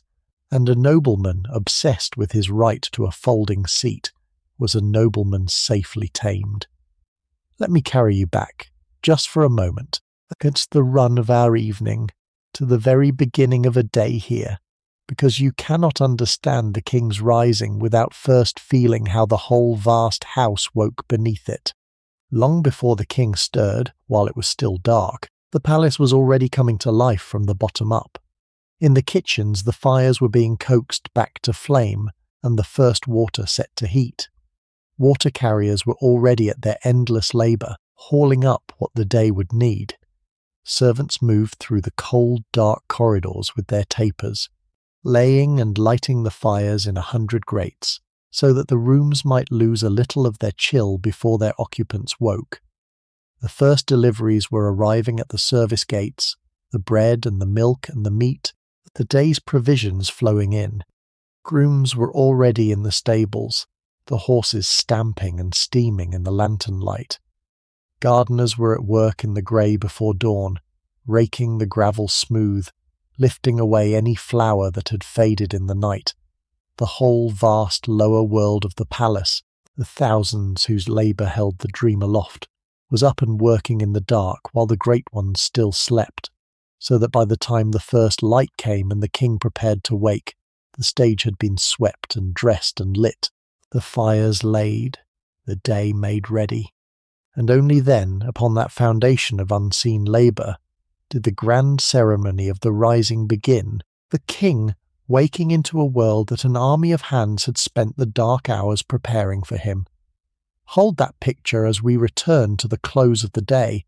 the secret early morning of the servants beneath the public morning of the king, because it is the truest image of how this whole world worked, the glory always resting upon the quiet labour that woke before it, and would still be working long after it had gone to bed. Let me pause here, in one of these antechambers, and explain to you the strange clockwork of the king's day, because once you understand it, everything else about this palace falls into place. The king had made his own body into the centre of a grand ceremony that repeated, almost without variation, day after day of his adult life.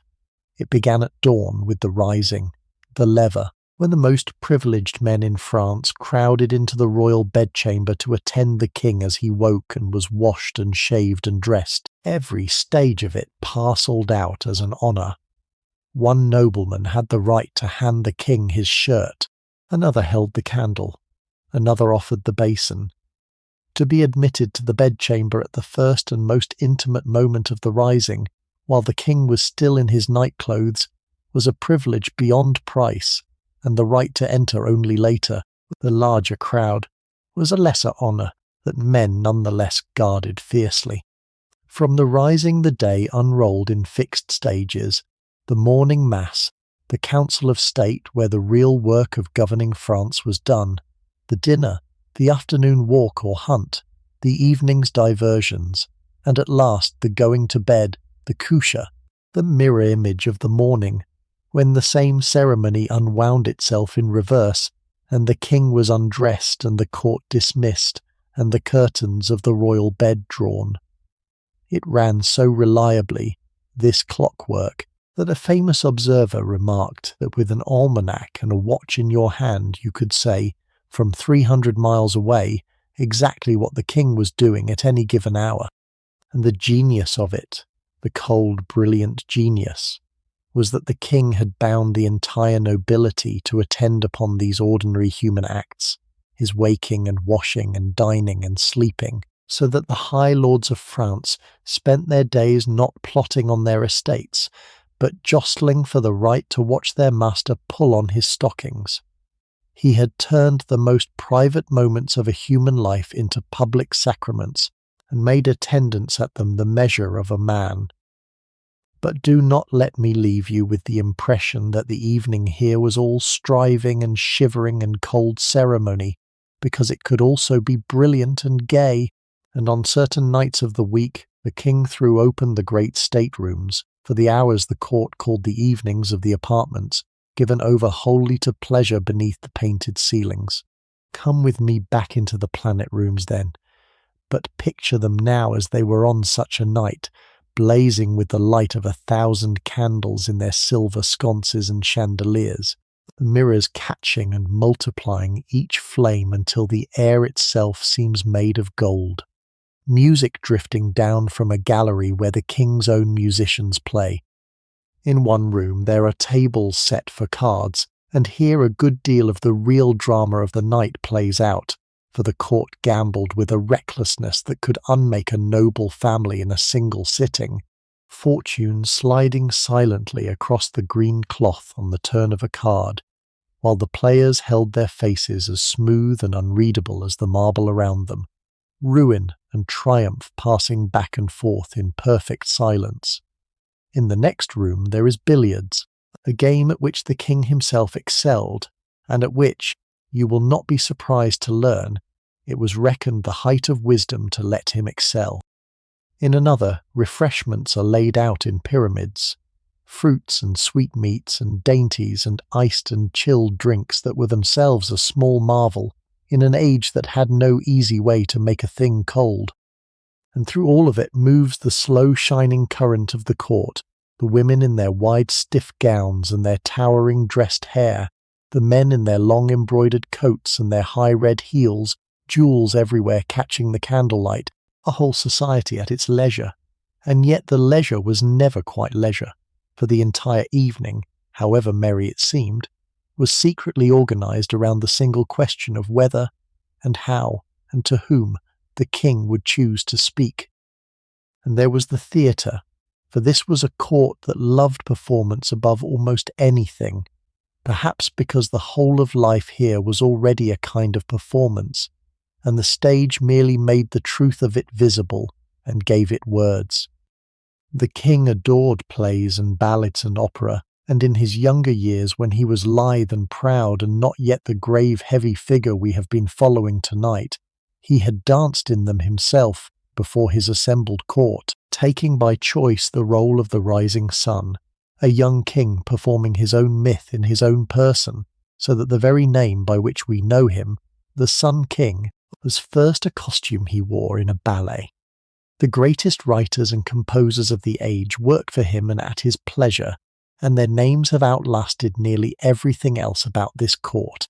There is the memory hanging over these rooms of the playwright we know as Molière, who held a mirror up to the follies and the hypocrisies and the social climbing of the very court that watched him, in comedies so sharp that half the audience would be helpless with laughter, while the other half squirmed to see itself so exactly caught, and who, by a turn of fate that seems almost too perfectly arranged, was taken mortally ill while acting in one of his own plays, a comedy about a man imagining himself sick, and died within hours of leaving the stage. There is the tragedian Racine, whose grave and beautiful verse gave the age its loftiest voice. And there is the music of the king's favourite composer, the Italian-born Lully, who all but invented French opera, and whose stately, measured, golden sound is the sound of this entire reign, the music that still means the age of the Sun King to anyone who has ever heard it. So let that be part of the air around us, as we move on through the evening, the distant scrape of a bow being drawn across a string, a phrase of Lully carrying down a candlelit gallery, a ripple of laughter from a comedy in some far room, all the ways in which this most disciplined and watchful of courts also knew, when the candles were lit, exactly how to be carried away. Let us drift back toward the king's apartments now, because the dinner hour is approaching, and there is one ceremony above all the others that shows you what it truly meant to be Louis XIV. On many evenings the king dined in what the court called the Grand Couvert, which meant, quite simply, that he ate his supper in public, at a table set in one of the antechambers, in full view of anyone of suitable rank who cared to come and stand and watch him do it. Let us join the watchers, quietly, at the back. The table is laid with gold plate and the finest linen. The long, guarded procession of dishes arrives at last from the distant kitchens, each covered vessel set down in its appointed order with as much gravity as if it held something sacred. The king takes his place, alone or with the members of his family, and around him, standing, hushed, attentive, gathers a crowd of the very highest nobility of France, who have come, you must understand, not to eat, for not so much as a crumb will be offered to them, but simply and only to watch their king have his dinner. And he eats, by every account, with a famous and frankly astonishing appetite, course after course after course, while the flower of the aristocracy looks on in respectful silence, as though witnessing a holy rite. To us, this is perhaps the very strangest thing in all this vanished world, that grown men and women of the greatest families on earth counted it a high honour to stand in a warm, crowded room and watch another man eat his supper. But that strangeness is exactly the point of it, the whole point. The king's most ordinary human needs, to eat, to dress, to wake, to sleep, had each been lifted up and turned into a public ceremony, because by making even his own body a kind of sacred theatre, the king bound the entire ruling class of his kingdom to attend upon it, and a man whose very supper is a state occasion is a man whom no one can any longer imagine the world doing without. Watch the gold plate gleam in the candlelight. Watch the silent ring of dukes and princes, and understand that you are not watching a meal at all. You are watching a king teach an entire nation to arrange its life around the simple, daily, human fact of his existence. Let me linger a moment longer on the matter of food, because the table at Versailles was a world in itself, and what was set upon it tells you a good deal about the age. This was a court that ate on a heroic scale, course upon course of meats and fowl and game and fish, roasted and stewed and dressed in rich sauces, served in a grand procession of dishes that bewilders the modern imagination. But the truly remarkable thing was the appearance at this table of luxuries that the world had only lately come to know. Coffee was arriving, and chocolate, served as a hot drink, and treated as something exotic and faintly medicinal and wonderfully fashionable. There were ices and chilled creams, a small marvel in an age that had to gather and hoard winter ice in deep cold cellars to serve a cool sweet in the heat of summer. There were sugar sculptures and confections of astonishing delicacy. And above all there was fruit, for the king adored fruit,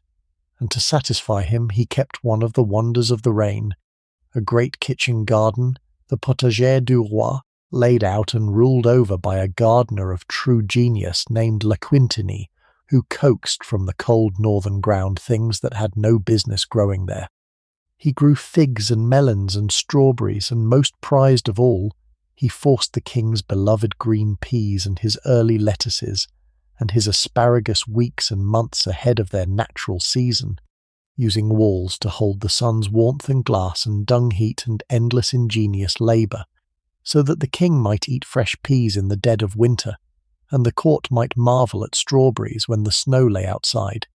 The fashion for those early peas became a kind of madness at court, ladies and high lords half sick with eating them and longing for more, and there is something that captures the whole spirit of Versailles in that, in the bending of the very seasons to the royal appetite,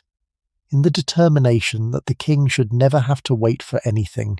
not even for spring, not even for a pea to ripen in its own good time. As we move on through these apartments, let me name for you the women whose presence still seems to hang about them, because to understand this court fully you have to understand the women who shaped the king's heart across the long years, and their story is woven into these very rooms, whether we speak of it aloud or not. In his younger years, Louis had been a man of strong and open passions, and the court had watched a succession of celebrated attachments play out at its very centre in full and fascinated view. There had been, first, a gentle and rather shy young woman named Louise de la Vallière, who never seemed quite at her ease in the harsh glare of royal favour, who loved the king, it was said, more truly than she loved being the king's favourite, and who, when at last that favour cooled and passed from her to another, withdrew from the glittering world altogether, and spent the long remainder of her life behind the walls of a strict religious order, a quiet and astonishing turning from the most dazzling court in Europe to a life of silence and penance and prayer. And then there had been, far more powerfully and for far longer, the magnificent Madame de Montespan, a woman of dazzling wit and beauty and towering ambition, who reigned for years as the king's acknowledged favourite, who bore him a whole brood of children, whom the king openly and proudly acknowledged and provided for, and who set a tone of luxury and brilliance and high style that defined an entire era of the court and was woven into the very fabric of these apartments. But the glamour of those years had its deep shadows, and I will speak of them only with the restraint they deserve. In the years around 1680, a dark and frightening scandal broke open in Paris, and as the authorities pulled at its threads, it led them, by rumour and accusation and the whispered confessions of frightened prisoners, alarmingly close to the throne itself. It was an affair of fortune-tellers and sellers of secret potions and whispered talk of poisonings among the highborn, and as the investigation widened it touched, by allegation at least, even some who stood near the king's own favourite. The full truth of who had truly done what was never cleanly or fairly established. The testimony was tainted, the rumours ran far ahead of the proof, and the king, fearing where the inquiry might lead and what names might be dragged into the open, in the end quietly shut much of it down. We need not dwell on the lurid particulars, which were always more smoke than fire. What matters for our evening is the effect it had, the way that whole frightening business helped to sour the king upon the brilliant, dangerous, worldly glamour of his dazzling mistresses, and turned him, as the years drew on, towards something quieter and steadier and safer for his soul. And that turning had a name, and the name was Madame de Maintenon. She had come to court years before in the most modest of roles, as the discreet and clever governess engaged to raise the king's children in secret, a devout, self-possessed, watchful woman of no high birth and no great fortune, the widow of a crippled poet, who had known real hardship in her early life. And over the slow passage of years, by some quiet alchemy of conversation and counsel and steadiness, she had become the one person in all the world whom the king trusted above every other. When his long-suffering queen died in the early years of the 1680s, the king did a thing that astonished the very few who ever came to guess at it. He married Madame de Maintenon quietly, secretly, in a private ceremony, with no crown for her, and no public word ever spoken of it. She was the king's wife, and was never called the queen, and never sat upon a throne, and walked always a careful half-step behind her station, in the eyes of the world, and under her grave and sober and devout influence, the whole tone of the court began to change, to grow more restrained, more decorous, more turned toward prayer and propriety, and away from the old wild extravagance. The dancing and the gambling did not stop, but a new seriousness settled over the rooms, the gravity of an aging king turning his mind at last toward his soul and his salvation. If you had known this court in the first reckless flush of its youth and returned to it now, in the years of our evening, you would have felt the difference in the very air, the way you feel the turning of a year from high summer into the first grave cool of autumn. Before we follow the day down toward its close, let me lead you to a few more rooms, because there are corners of this realm we have not yet seen, and a guest who left without seeing them would carry away only half the palace. Come with me first to the chapel, for whatever else this court was, it was a deeply religious one, and the day here was framed at both ends by God. Each morning, between the rising and the work of governing, the king went to hear mass, and the whole court went with him, and the going itself was a procession through the staterooms, the king passing between two long ranks of bowing courtiers,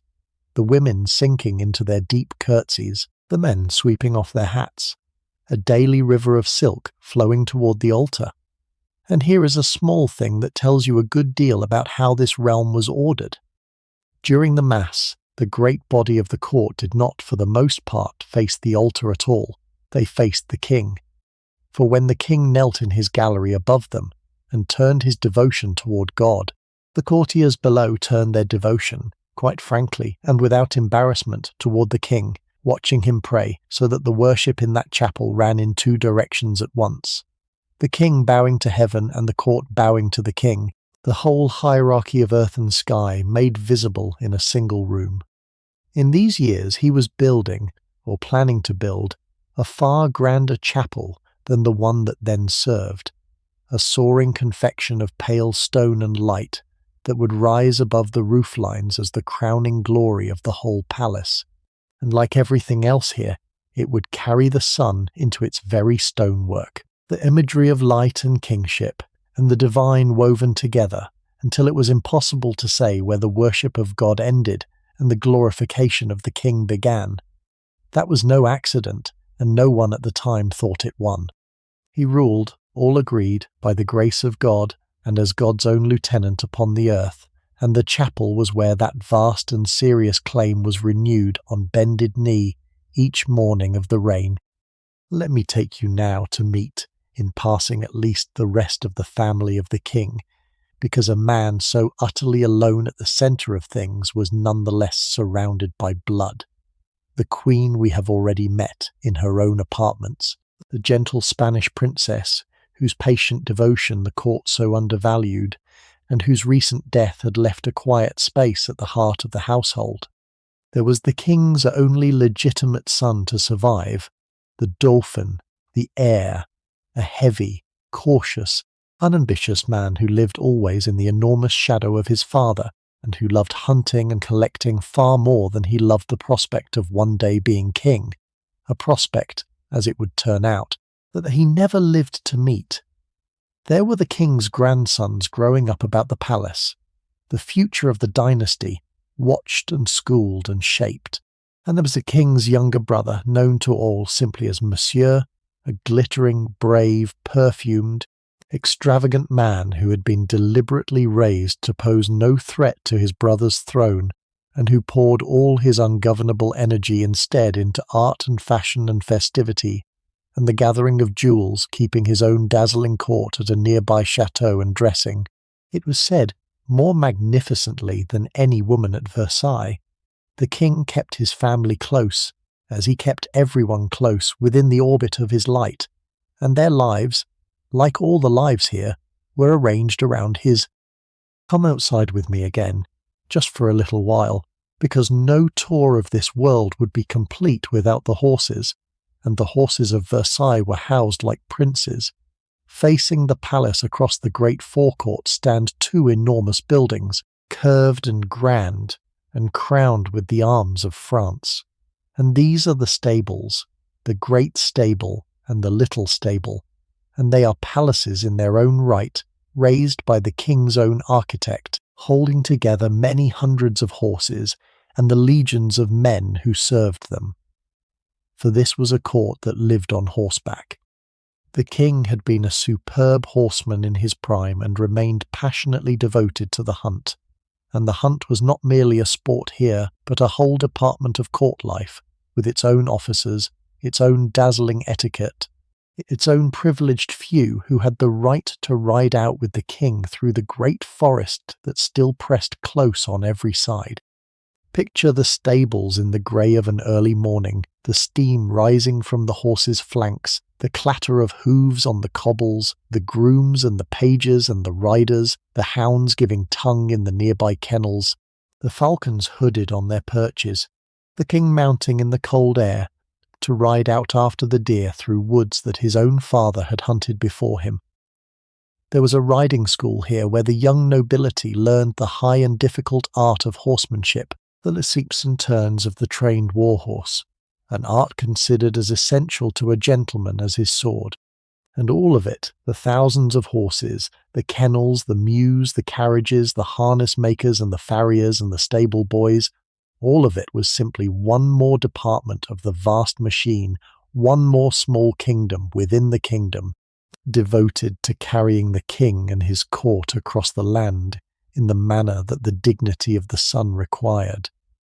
Let me show you too, before we go in, how these people looked, because the human beings who filled these rooms were themselves among the great artworks of the age,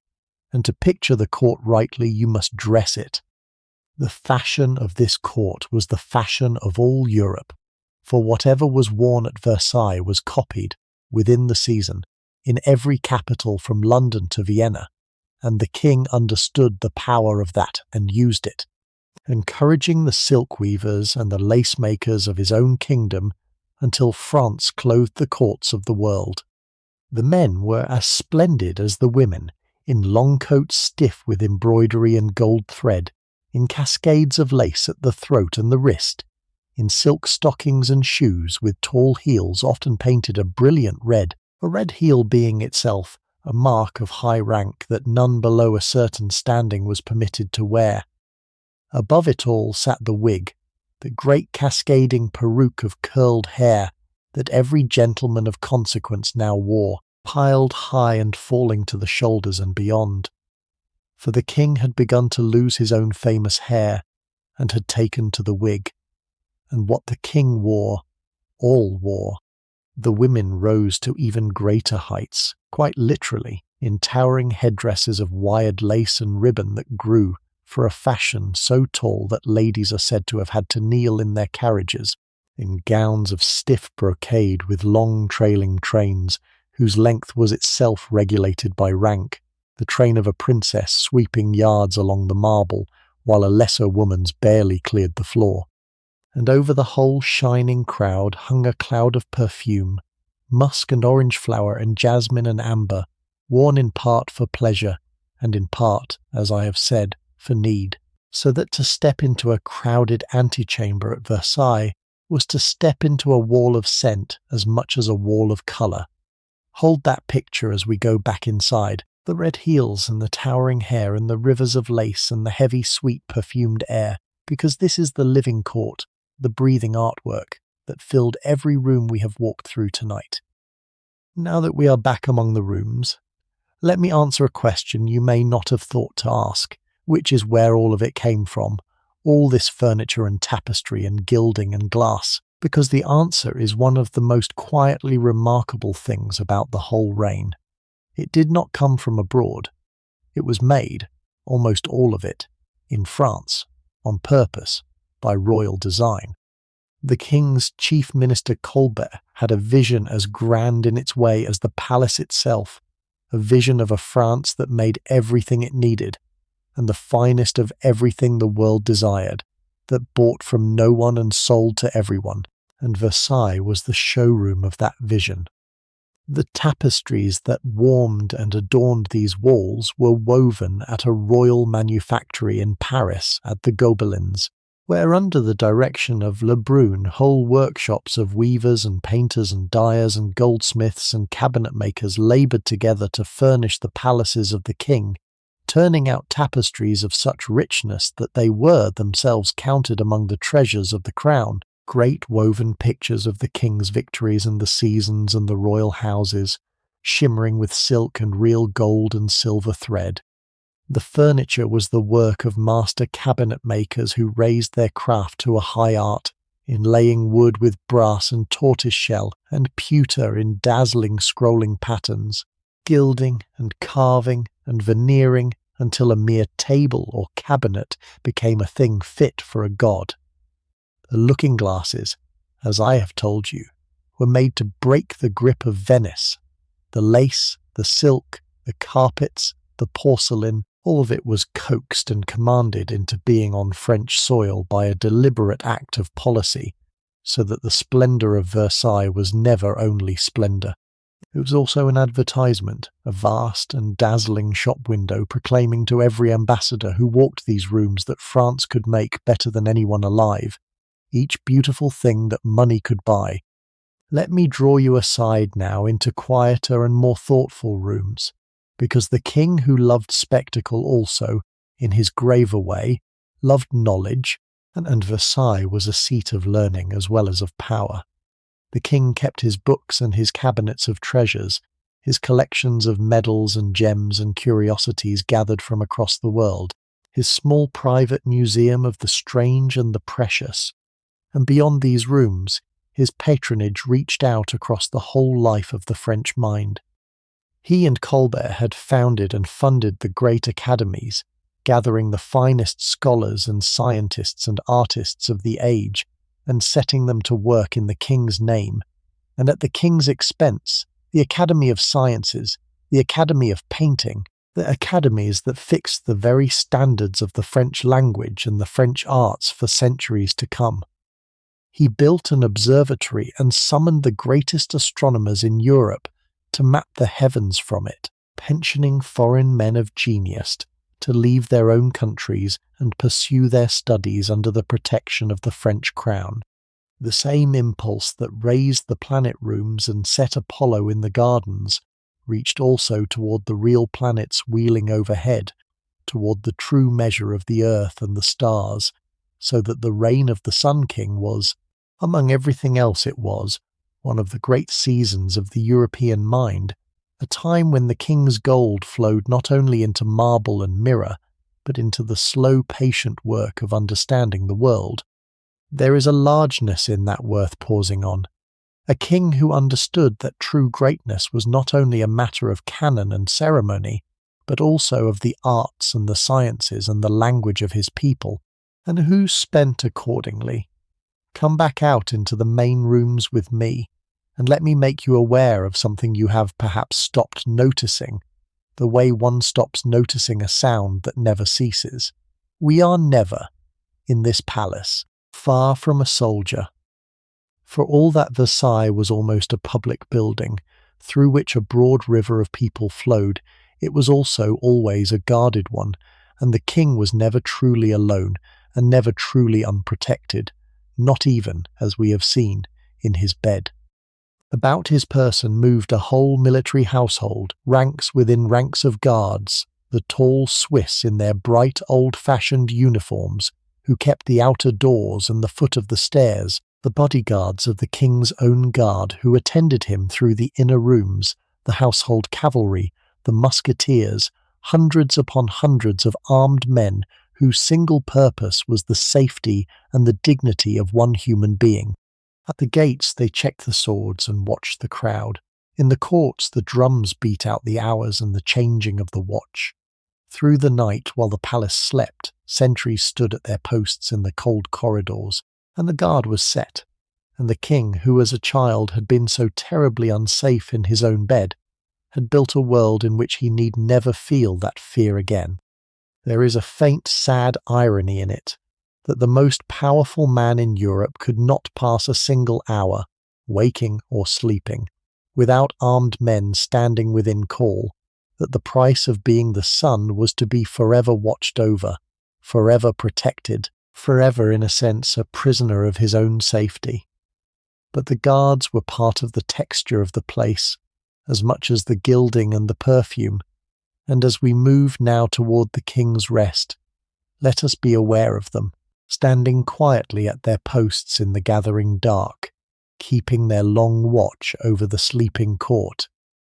And let me tell you one last thing about the very stones around us before we go to the close, a thing that would surprise the visitor who imagined Versailles as a finished and perfect jewel.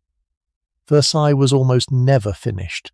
For nearly the whole of the king's long life it was a building site, a place of scaffolding and rubble, and the endless ring of hammers, of half-built wings and torn-up gardens and dust that drifted into the finest rooms, workmen swarming over the roofs and through the courts, even as the court below danced and dined and intrigued. One wing would be raised while another was being gutted and rebuilt to a grander design. The gardens were dug and redug, planted and replanted, fountains added and basins reshaped, the whole vast composition forever being revised towards some final perfection that always receded as it was approached. The king lived his entire reign amid the noise and mess and danger of construction, and seemed not only to tolerate it, but to need it, this ceaseless making and remaking, as though the palace could never be allowed to be simply done, simply enough, but had always to be reaching towards something more. There is something in that, I think, that goes to the very heart of the man, the restless, tireless, never satisfied will that could turn a marsh into a wonder of the world and then immediately begin tearing parts of it down to make it more wonderful still. The Versailles we have walked through tonight was not a finished thing. It was a creation perpetually becoming, an enormous unfinished sentence that its author never quite let himself bring to a close. Hold that too as we turn at last toward the quiet. The vast house still half wrapped in scaffolding even at the height of its glory, still reaching, still unfinished, on the night we are spending inside it. There is one more truth I must share with you, quietly, before the king goes to his rest, and it is the truth of the body, because for all the splendour, these were people who lived very close to pain, and the king above all.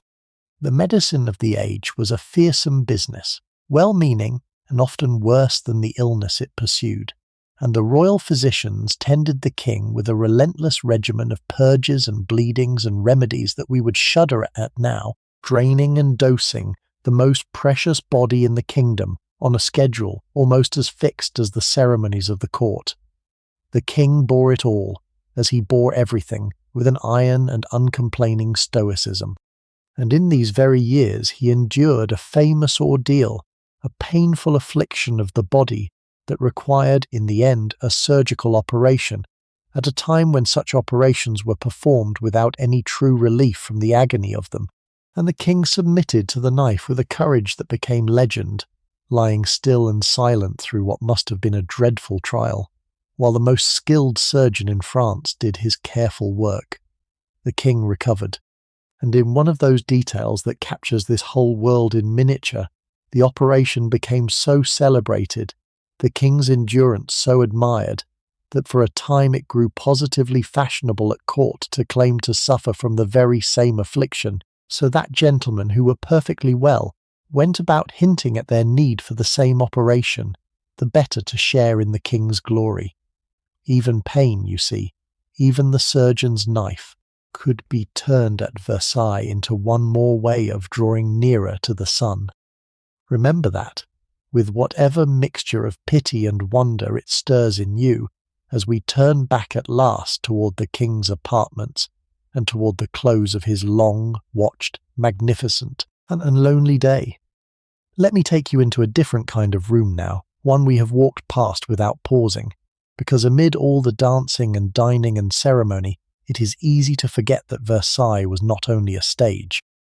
It was also, and above all, the place from which France was actually governed, the working heart of the greatest kingdom in Europe, and the king who turned his waking and sleeping into theatre was, in plain truth, one of the hardest working men in his own realm.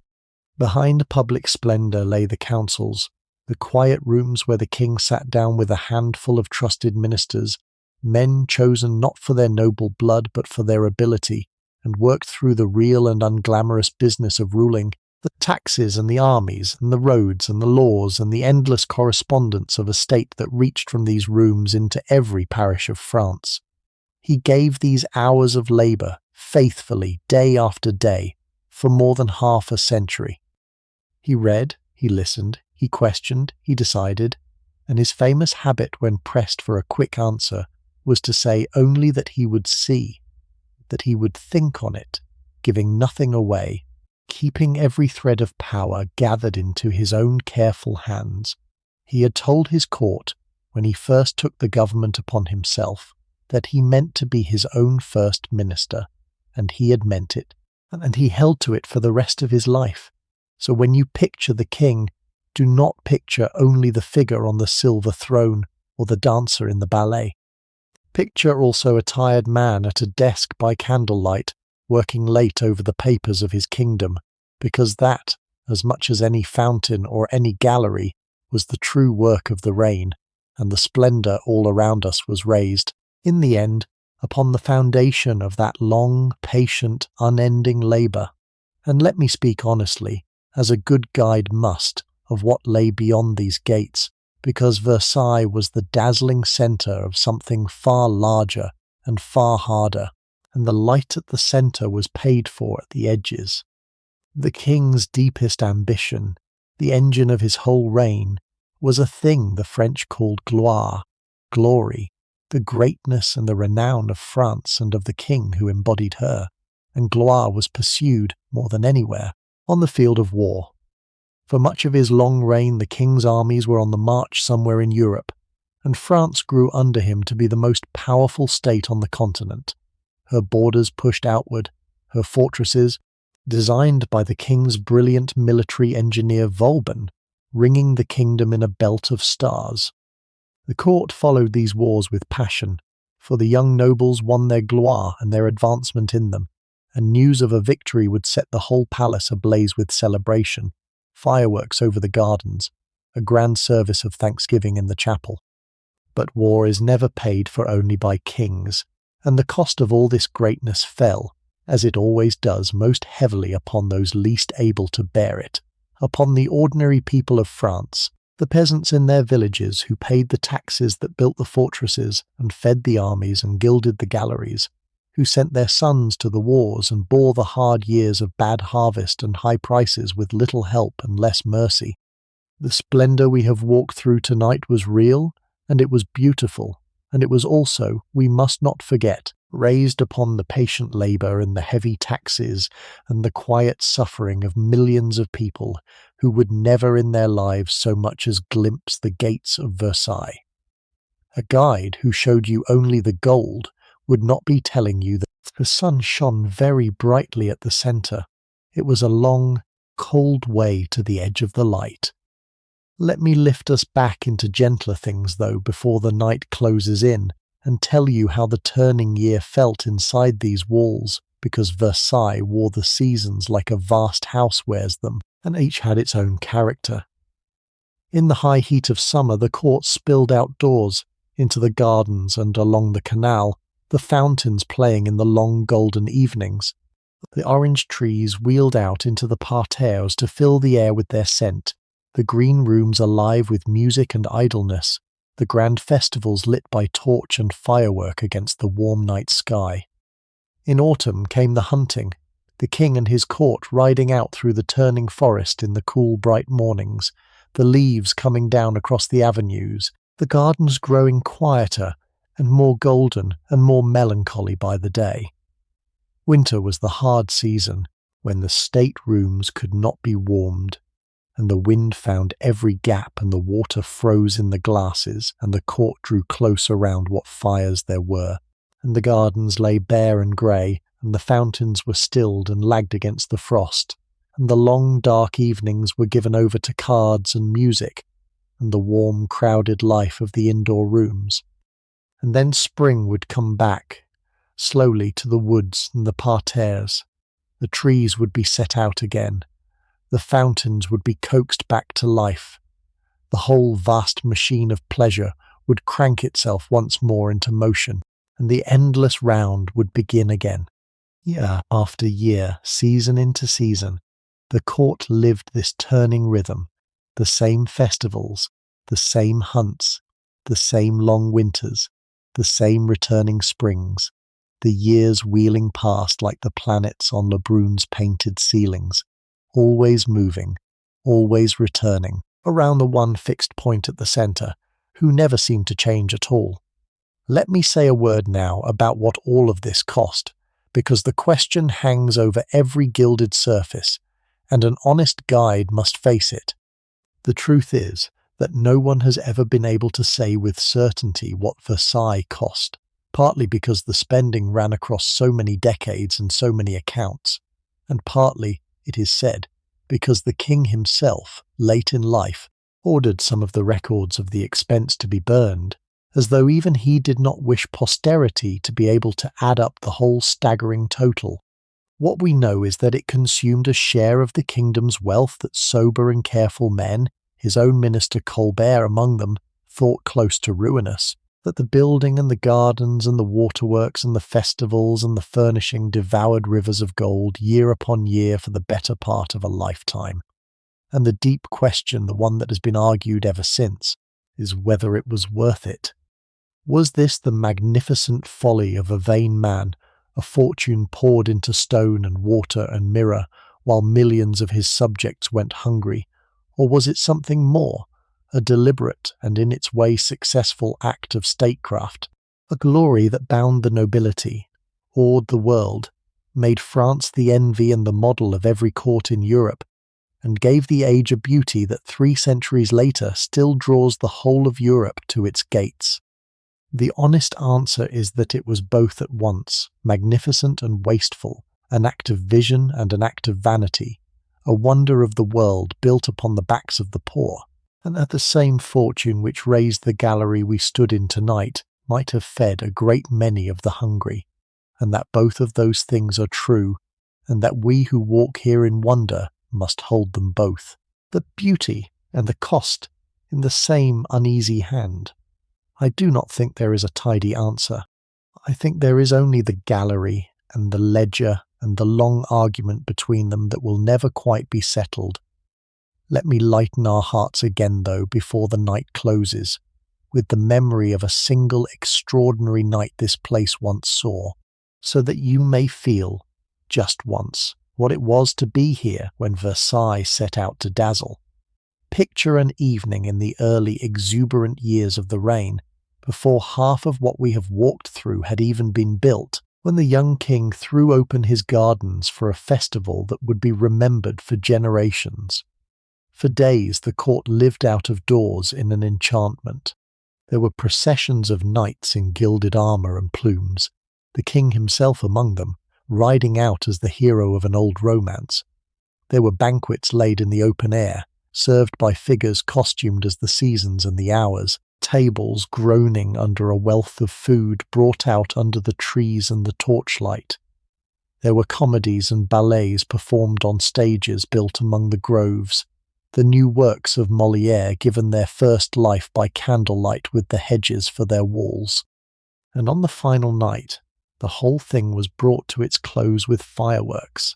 The first the court had seen on such a scale, great showers and fountains and wheels of coloured fire bursting over the dark gardens and doubling in the water of the basins, so that for a few minutes the night itself seemed to catch alight, and the courtiers, we are told, stood and gasped like children. Imagine being there, young, alive, dressed in your finest, the music playing and the torches streaming, and the king at the centre of it all in the flower of his youth, and the sky exploding into brief and brilliant day above the blackness of the gardens. That was the dream.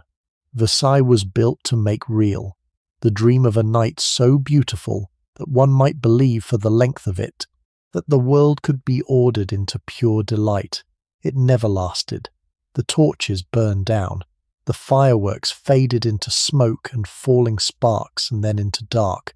But for those few nights the dream was true, and the people who were here carried the memory of it to their graves. Let me ask you now simply to feel the place, all of it at once, with every sense, because we have walked through so many rooms tonight that it is easy to forget that to be at Versailles was, before anything else, an experience of the body. Close your eyes here in your bed and let the whole of it come up around you. The sound, first, the great unceasing murmur of it, thousands of voices in the antechambers rising and falling like surf, the clack of high heels on marble, the rustle and sweep of stiff silk, a violin tuning somewhere, the distant beat of a drum out in the courts, marking the watch, the splash and trickle of water from the gardens drifting in through an open window, the smell, the heavy braided air of it, wood smoke and beeswax, the perfumes of musk and orange flower and jasmine worn by the crowd, the green wet smell of the gardens beyond, the savour of roasting meat rising from somewhere below, the light changing hour by hour, the cool grey of morning in the painted rooms, the blaze of noon striking off the mirrors, the long amber flood of the afternoon down the gallery, and at last the thousand small flames of the candles taking up the work of the vanished sun, the warmth of too many bodies in a closed room, the chill of a marble corridor in winter, the press of the crowd, the brush of a silk sleeve, the sudden cool when you stepped out at last into the evening air of the gardens. This was Versailles, not a set of facts and dates and famous names, but a living thing of sound and scent and light and warmth, a place that pressed itself upon every sense at once, all day and half the night, year upon year. Hold that whole sensation for a moment, the entire breathing world of it, and then let it begin, very gently, to fade. And let me offer you one last way into all of it before the king goes to his rest, because there is no better way to feel this place than to imagine arriving in it as a stranger. And so let me ask you to do exactly that. Imagine that you are a young noble, up from some distant province, come to court for the first time to be presented to the king. You have spent money you could not spare on the right coat, the right wig, the right sword and hat. You have learned, anxiously, the depth of bow that your rank requires and the manner of backing from the room without ever turning your back upon the king. You have been waiting for days for your moment, and now it comes, and you are led forward through room after shining room, the crowd parting, the painted heavens wheeling overhead, until at last you are brought into the presence, and there he is, the man around whom the whole of this impossible world turns, the sun himself, looking at you. Your heart is pounding. You make your bow. He says a few words to you, or perhaps only one, or perhaps merely inclines his head, and the moment is over almost before it has begun,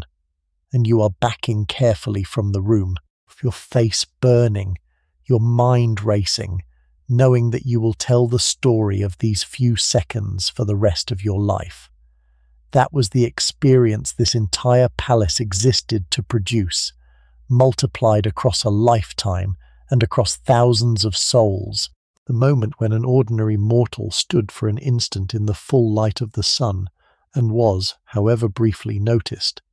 Carry that with you, the pounding heart of the young stranger in the doorway, as we turn now, at last, toward the quiet, and toward the man himself, and toward the close of his long and watched and brilliant day. Let me tell you about one more escape, the dearest of them all to the king's heart, because it became the most coveted invitation in the kingdom. Some distance from the great palace, in a hollow among wooded hills, the king built himself another and smaller retreat, a place called Marley, and it was unlike anything else he made. Instead of one vast palace, he raised a central pavilion for himself with 12 smaller pavilions, ranged about it among gardens and cascades and pools, one for the sun and 12 for the months or the signs of the heavens. And here he would withdraw, with a carefully chosen handful of the court for a few days at a time, away from the crushing ceremony of Versailles, to live in something a little closer to the manner of a country house party, and precisely because the company was small and the choosing was the king's alone, an invitation to Marley became the most desperately sought prize at court.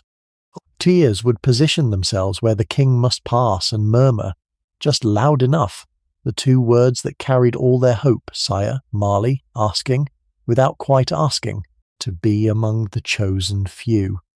To be taken to Marley was to be marked as a favourite. To be passed over again and again was a quiet daily wound, and so even the king's escape from the great game became, inevitably, Another move in it, another light to be hungered for, another way of measuring a soul's nearness to the sun. He could not build a retreat so private that the court did not turn it too into a contest. That was the gravity of the man. Everything that came near him fell into orbit. Let me show you something subtler now, not a room or a garden, but an idea, because the king understood, as few rulers before him ever had, that power lives not only in armies and palaces, but in images, and he gave enormous care to how he was seen. Nothing about the way the king appeared to the world was left to chance. He sat for the finest painters of the age, who rendered him in his robes and his armour and his majesty, and these images were copied and sent out across France and across Europe, so that the king's face and bearing became known in places he would never visit. He established a small academy of learned men whose particular task was to celebrate the reign, to compose the inscriptions, to design the medals, for he had medals struck to commemorate the great events of his rule, the victories and the buildings and the births and the treaties, a whole metal history of the reign cast in bronze and silver and gold, so that the memory of his greatness should be carried down to ages yet unborn. The very tapestries we admired were in part a record of his deeds, woven so that the glory could hang upon a wall. Even the gardens, with their Apollo and their sun, were an argument about who the king was. All of it together formed a single vast and tireless effort, sustained across a lifetime, to shape how the king would be seen by his own people, by foreign courts, and by the long future, an effort so successful that we feel its force still, 3 centuries on, every time we call him the Sun King, for that name itself is a thing he made, a piece of his own image-making that has outlived him by 300 years and shows no sign of fading yet. But I would be a poor guide if I left you only with the glory, and so let me tell you the secret truth that no portrait and no medal ever showed, which is that for most of the people who lived here, most of the time life at Versailles was an exercise in waiting and waiting and waiting again. For every dazzling moment of presentation or festival, there were endless grey hours of standing about in crowded antechambers. The whole life of a courtier was a long vigil, awaiting upon the king's pleasure, his rising, his mass, his dinner, his walk, his cards, his going to bed, with little to do in the spaces between, but stand and watch and gossip, an angle for a glance. Many were deep in debt, kept at court by the hope of a pension or an office that might never come, growing old in the waiting. The boredom of it, the sheer tedium of a life given over to attendance, runs all through the memoirs that survive, the long days with nothing to fill them but the watching of one man and the watching of one another. And there is a melancholy in that worth holding alongside the splendour, the thought of all those brilliant, costumed, perfumed people, the flower of a great kingdom, spending the irreplaceable years of their lives standing in warm, crowded rooms, waiting for a king to notice them, growing old in the antechambers of the sun. The palace was a dream of glory. It was also, for very many who lived in it, a gilded and beautiful and faintly heartbreaking way to spend a life. Let me take you out of doors once more, into a wider world that pressed close on every side of all this artifice, the forest, because beyond the clipped gardens and the straight canals lay the great wild woods, and the king was, but before he was anything else, a huntsman. The hunt was the oldest pleasure of his line, the thing his melancholy father had loved before him in these same woods, and Louis pursued it with a passion that never left him even into his heavy and ailing old age,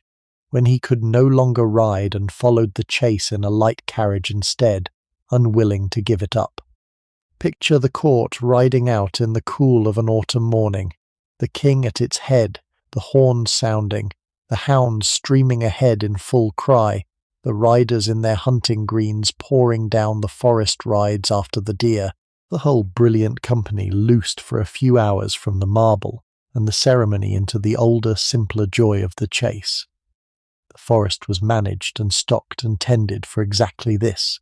a vast hunting ground reaching for miles around the palace, full of deer and boar, crossed by long straight rides cut through the trees so that the king might gallop unimpeded. And there is something fitting in the thought that at the heart of the most artificial world ever built, the most ceremonious and ordered and unnatural life ever lived, there beat still this ancient and untamed pleasure, the pursuit of a living creature through wild woods, the one thing the king did that his oldest ancestors would have recognized. Even the Sun King, it seems, needed sometimes to put off the sun and become for a morning simply a man on a horse riding hard after the hounds through the cold bright air. Let me bring you back, gently, to the family at the heart of all this, the children and the grandchildren upon whom the whole future of the dynasty rested, because for all his glory the king was also, in the end, a man anxious for his line. There was his son, the Dauphin, the heir, raised from birth in the certain expectation of a crown, educated with enormous care, surrounded with tutors, weighed down, perhaps, by the impossible knowledge that he must one day follow the greatest king France had ever known. There were the grandsons growing up about the court, 3 young princes upon whom great hopes were laid, schooled in their lessons and their faith, and the heavy art of kingship, watched over, married off in time to foreign princesses to weave the alliances of state. And there were the children the king had acknowledged from his earlier loves, raised at court, given high titles and great matches, woven carefully into the fabric of the royal family, for the king was loyal, in his way, to his own blood, wherever it came from. The continuing of the line was a matter of the gravest importance, the whole point, in a sense, of everything. For a dynasty exists to endure, to pass the crown down unbroken through the generations. And so the births and the marriages and the healths of these few children mattered more than almost anything else at court, were prayed over and fretted over and celebrated and mourned. The cruel turns that fate would later deal this family, the heirs who would die before their time and leave a small child to inherit, lay still in the unknown future on the night we are sharing. Tonight they are simply the king's family, his hope, his future, asleep with the rest of the household in their rooms, the precious vessels of the blood that all this glory existed to carry forward into the years to come. And let me show you one last wonder before we turn toward the quiet, out at the edge of the gardens, because it speaks to the reach of the king's curiosity and the reach of his power both at once.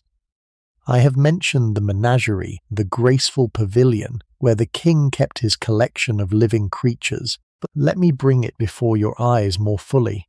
for it was a marvel of its age. Here, gathered from the farthest corners of the earth, brought across oceans and deserts at vast expense and great hazard, lived beasts and birds the people of France had never imagined, ostriches and pelicans and cranes and flamingos, rare fowl of brilliant and impossible colour, strange creatures from Africa and the Indies and the New World, each in its enclosure, tended and fed and stared at.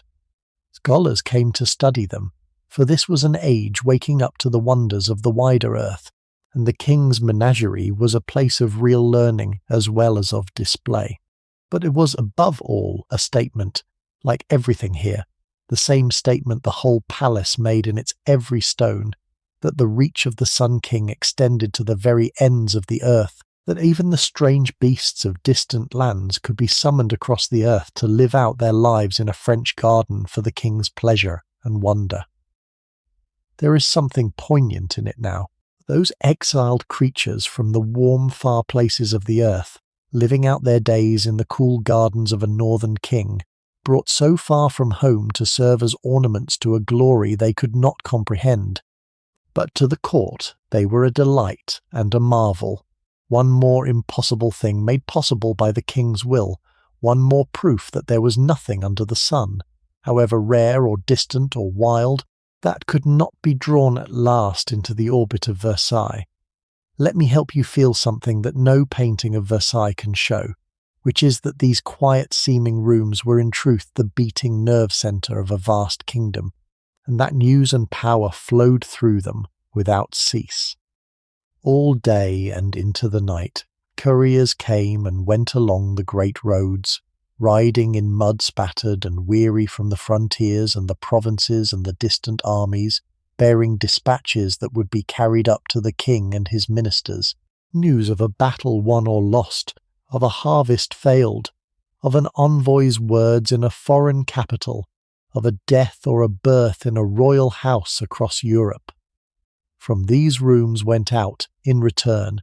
the orders that governed a great nation, the appointments and the commands and the careful letters of state, carried back along those same roads to every corner of the realm.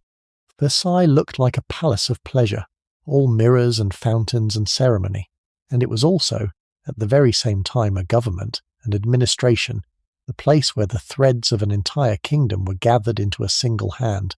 Stand in one of these antechambers and watch beneath the glittering surface the constant quiet traffic of it, the officials with their portfolios, the couriers in their boots, the murmured conferences in window bays, the business of ruling going forward without pause behind the dance, and you understand that the spectacle and the government were never two separate things here.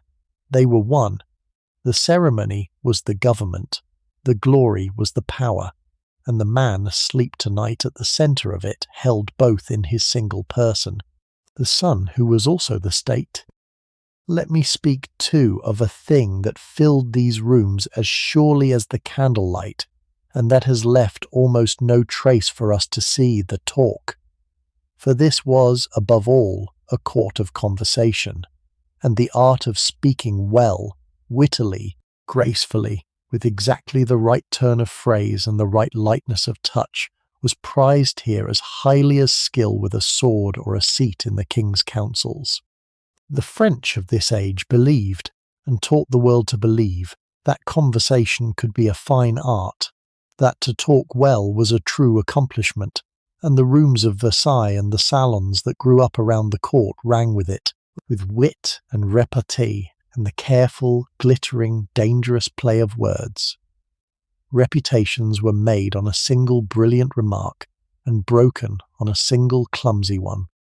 The grand ladies of the court were often its supreme practitioners, women whose birth gave them little formal power, but whose tongues and whose minds gave them a good deal, who could rule a room by the sheer quality of their talk, who gathered the cleverest people of the age around them and set the tone for what was admired and what was laughed at. It was a culture that polished its language as it polished its mirrors, that valued grace and clarity and wit above almost everything, and that has left its mark on the very shape of the French tongue ever since. We cannot hear it now, that lost music of brilliant talk in candlelit rooms, but it was perhaps the truest art of the court, more alive than any tapestry, and it filled these halls every evening, like a kind of invisible and shimmering weather. And let me leave you, before we turn to the man and the close, with the sound that more than any other was the voice of this whole reign, its music. The king loved music above almost every other pleasure, and he filled his days and his great occasions with it, so that to live at Versailles was to live always within reach of it. There was the sacred music of the chapel, the choirs and the organ, lifting the morning mass into something soaring and grand, the new and stately church music composed for the king's own worship.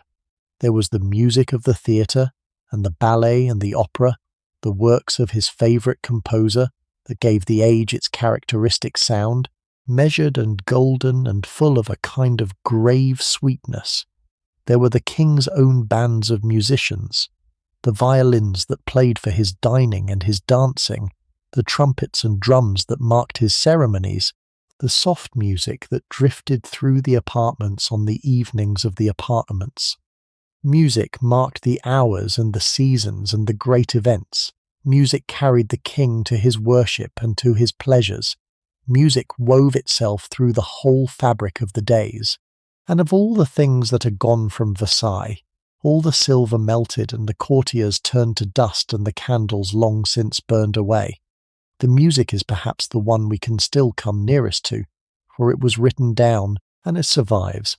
And a person today who closes their eyes and listens to the stately golden strains the king once loved is hearing, across 300 years, very nearly the actual sound of the world we have walked through tonight. Let a little of that music play, somewhere at the edge of your mind, as we turn now toward the man at the center of it all. Let me tell you one last thing about the people who filled these rooms, because it is the deepest transformation of all, and it is easy to miss.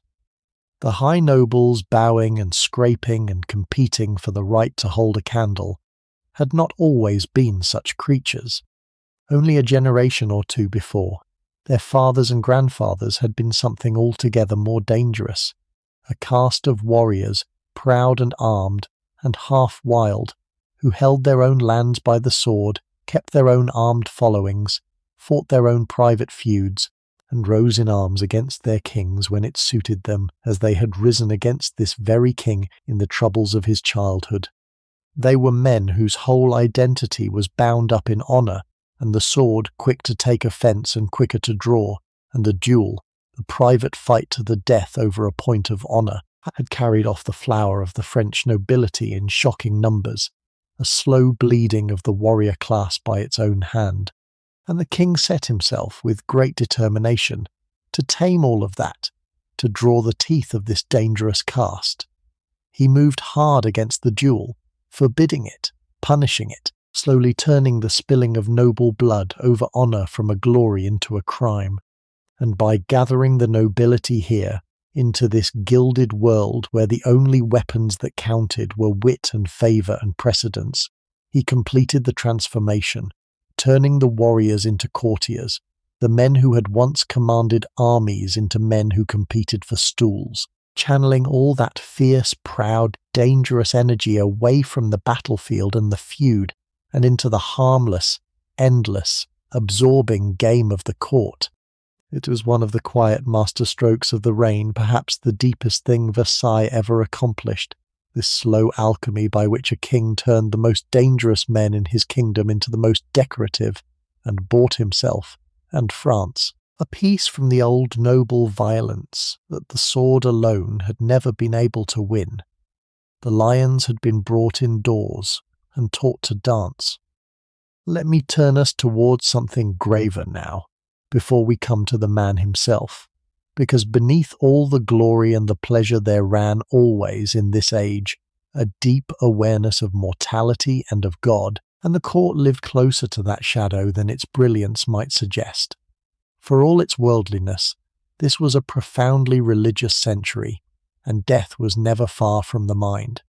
The famous preachers of the age mounted the pulpits of the court and spoke with a fearless and thundering eloquence of the vanity of earthly greatness, of the dust to which all kings and courtiers must return, of the judgment that waited beyond the grave for the highest and the lowest alike, and the court came to hear them, and was moved, and wept, and then went back to its gambling and its scheming, as people do.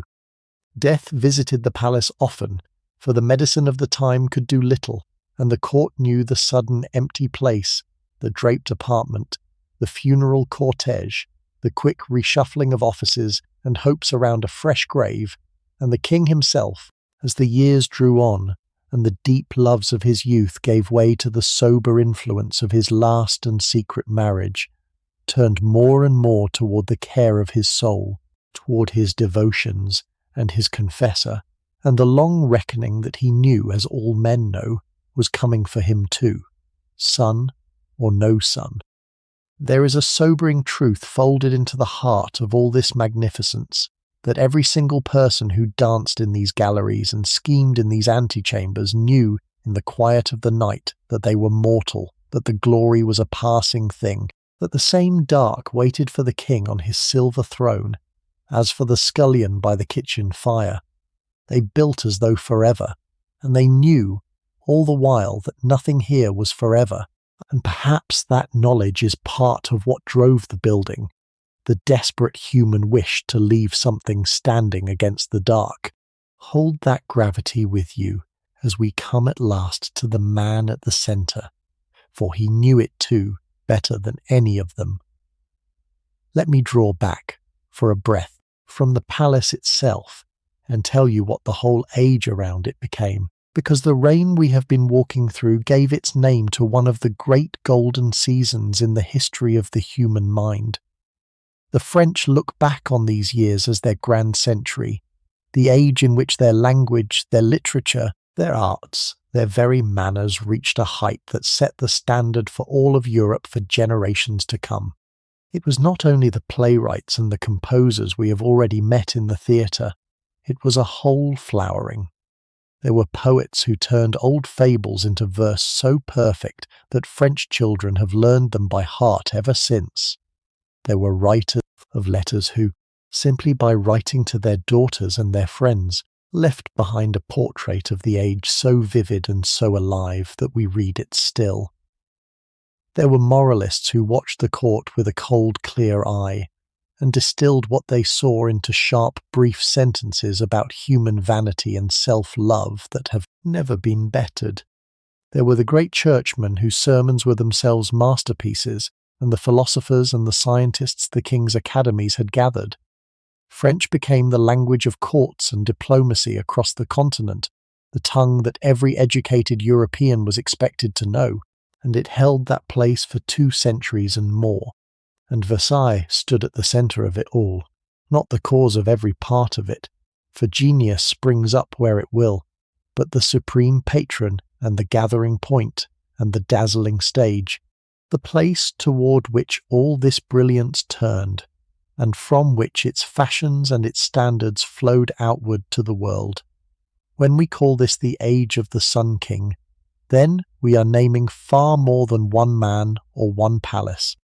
We are naming a whole high summer of the European spirit, a moment when a single kingdom seemed to lead the world in war and building and gardens and painting and music and language and thought all at once, and knew it, and gloried in it. The gold on these ceilings was real gold, but the truer gold of the age was this, the harvest of the mind, and it has outlasted every ounce of the metal, and it shines still. Let me show you one more side of this world before we come to the man, the lighter side, the way the court filled its endless hours with play, because for all the ceremony and the striving, Versailles was also a vast machine for amusement, and the king understood that a court kept busy with pleasure was a court kept out of mischief. The gambling we have glimpsed at the card tables was only the beginning of it. The stakes ran high enough to ruin great families, and the king, far from discouraging it, rather welcomed the way it bound his nobles to the tables and drained their fortunes and their dangerous energies into the harmless turning of cards. There were games of chance of every kind, and lotteries with rich prizes that the king himself would sometimes furnish, scattering jewels and trinkets among the company. There was billiards, at which the king excelled,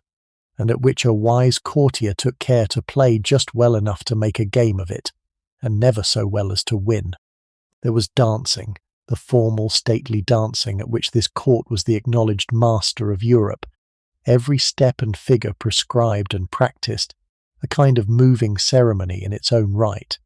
There were the great hunts and the smaller shooting parties, the walks in the gardens, the boating on the canal, the concerts and the plays and the puppet shows and the rope dancers and the endless small spectacles brought in to fill an idle afternoon. There were even simpler pleasures, the swings and the games and the romps that the younger members of the court devised among themselves in the green rooms of the gardens.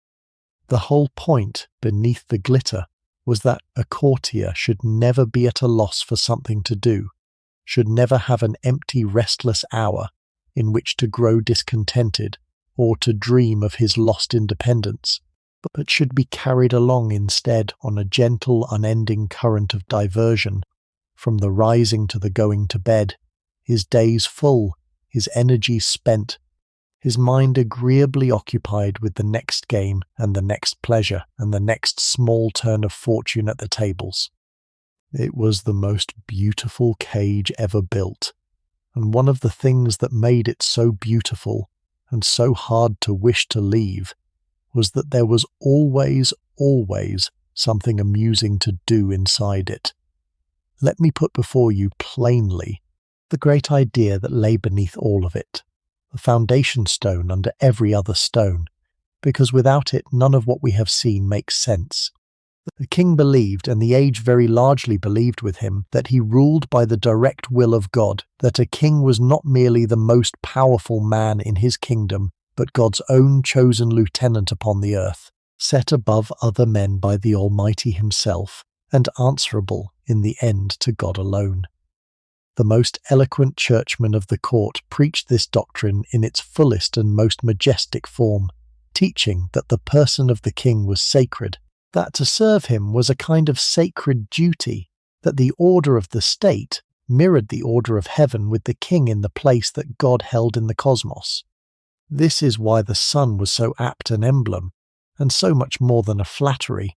for the sun was the one created thing that seemed to rule the heavens as God ruled all things, and as the king ruled France, the single source of light and life around which everything else must turn.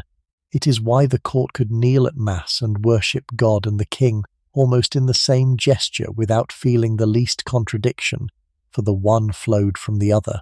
And it is why every ceiling and fountain and ceremony we have walked through tonight carries beneath its beauty this enormous and serious claim that here at the centre of France, and so in some sense at the centre of the world, sat a man placed there by the hand of God to be the living image of divine order upon the earth. Whether you find that idea magnificent or terrible or simply strange, you must hold it to understand Versailles, for the palace is its perfect expression in stone,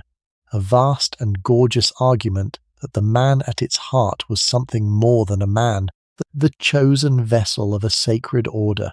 the son by the grace of God. He believed it. They believed it. And for the length of one long and dazzling reign, very nearly the whole of Europe was made to act as though it were true. Stay close to me now, because here he comes. There is a stir along the gallery, a quickening in the air, the crowd drawing back against the walls and the hats coming off, and the women sinking into their curtsies. And then, unhurried, at the heart of a small moving knot of attendants, the king himself passes through the very room in which we are standing. Look at him while you can. This is Louis as he is at this point in his life, somewhere in his middle 40s, no longer the slim and dancing youth who once played the rising sun in the ballets, but a heavier, graver, more deliberate figure, magnificently dressed, magnificently controlled, a man who has been a king since before he could form a memory, and who has therefore never once in his life known what it is to be ordinary, or private, or unobserved. Watch how he moves. The thing that strikes you, seeing him this close, is the discipline of him. And there is a deep and almost cruel irony folded into it. He built this entire cage of ceremony around the throne in order to trap and tame the nobility, and the cage has closed around the king as surely as around any of them. He is bound to the clockwork as tightly as the humblest courtier who attends it. He rises to ceremony, prays to ceremony, governs and dines and walks and hunts and goes to his bed to ceremony, the same fixed round, day after day, year upon year, almost never deviating, bearing the sheer crushing tedium of it with a courtesy and a composure that those who watch him across a lifetime agree, never once seems to crack. He is unfailingly, almost superhumanly, polite. As he passes, he lifts his hat even to the lowliest serving woman who crosses his path. He masters his temper, his appetites, his face, and beneath all that iron self-command he is, in a way that is hard not to find moving, profoundly and permanently alone, the one soul in all of Versailles who can never melt into a crowd, never lay the performance down, never for a single hour simply be a man among other men. He has made himself the sun, the fixed and radiant point that gives its light to everything and takes its warmth from nothing, and the price of it, paid out in the small coin of each ordinary day, is a life lived wholly upon a stage, with no wings to step into and no curtain that ever falls. And then he is past us, the knot of attendants moving on down the gallery, the crowd closing back in behind him as the water closes over a stone. But hold what you saw, the deep loneliness folded into the heart of all this magnificence, the human cost of becoming a symbol so complete that the man inside it very nearly disappears from view. And so we come at last, you and I, to the end of the king's long day, and to the ceremony I promised you at the very beginning of our evening together, when the single candle was no more than a point of light hanging in the dark ahead of us. The night has grown late now. Come with me, quietly, back toward the centre of the palace, back toward that bedchamber at the dead heart of everything, where the court is gathering once more, for the last time today, for the going to bed, the coucher, the great closing ceremony that mirrors the morning's rising and unwinds it, stage by stage in reverse. The room is warm, close with the heat of many candles and many bodies, and the low murmur of an attending court. Here, in measured order, the rituals of the day are gently undone. The king is undressed by degrees, and each garment is removed and received and carried away according to rules as old and as strict as any law of the land, and each small office is an honour reserved to one particular rank, one particular person, who would not surrender his tiny privilege for any sum of money on earth. The evening prayers are said. The court stands attentive, watching, waiting, because every person in this room knows that the small bright climax of the whole day is now approaching, and here it comes. As the king prepares to retire, an attendant steps forward bearing a single lit candle in a holder, and the king looks slowly out across the gathered faces, across all those great noblemen, every one of whom would give a very great deal to be the one chosen, and he names a single name. One man, that night, is handed the candlestick to hold for a few short minutes while the final moments of the ceremony unfold and the king makes ready for his bed. That is all that happens. A man holds a candle in a bedroom near midnight, and then it is taken from him, and he goes away. And yet to be the man chosen to hold the king's candle at the coucher was reckoned among the very highest marks of favour that this whole vast machine of honour could bestow upon a human being, a thing remembered for years, repeated in letters, envied across the kingdom, a single small flame that said to all of Versailles, plainly and publicly, "Tonight the sun shines upon this man and not upon you." There it is, the most coveted prize in all of France, the thing I promised you in the dark at the start of our evening. Not a province, not a fortune, not an army. A candle, held for the space of a few breaths, in a bedroom, at midnight, before a watching crowd. And when you understand at last why grown and powerful men hungered for it,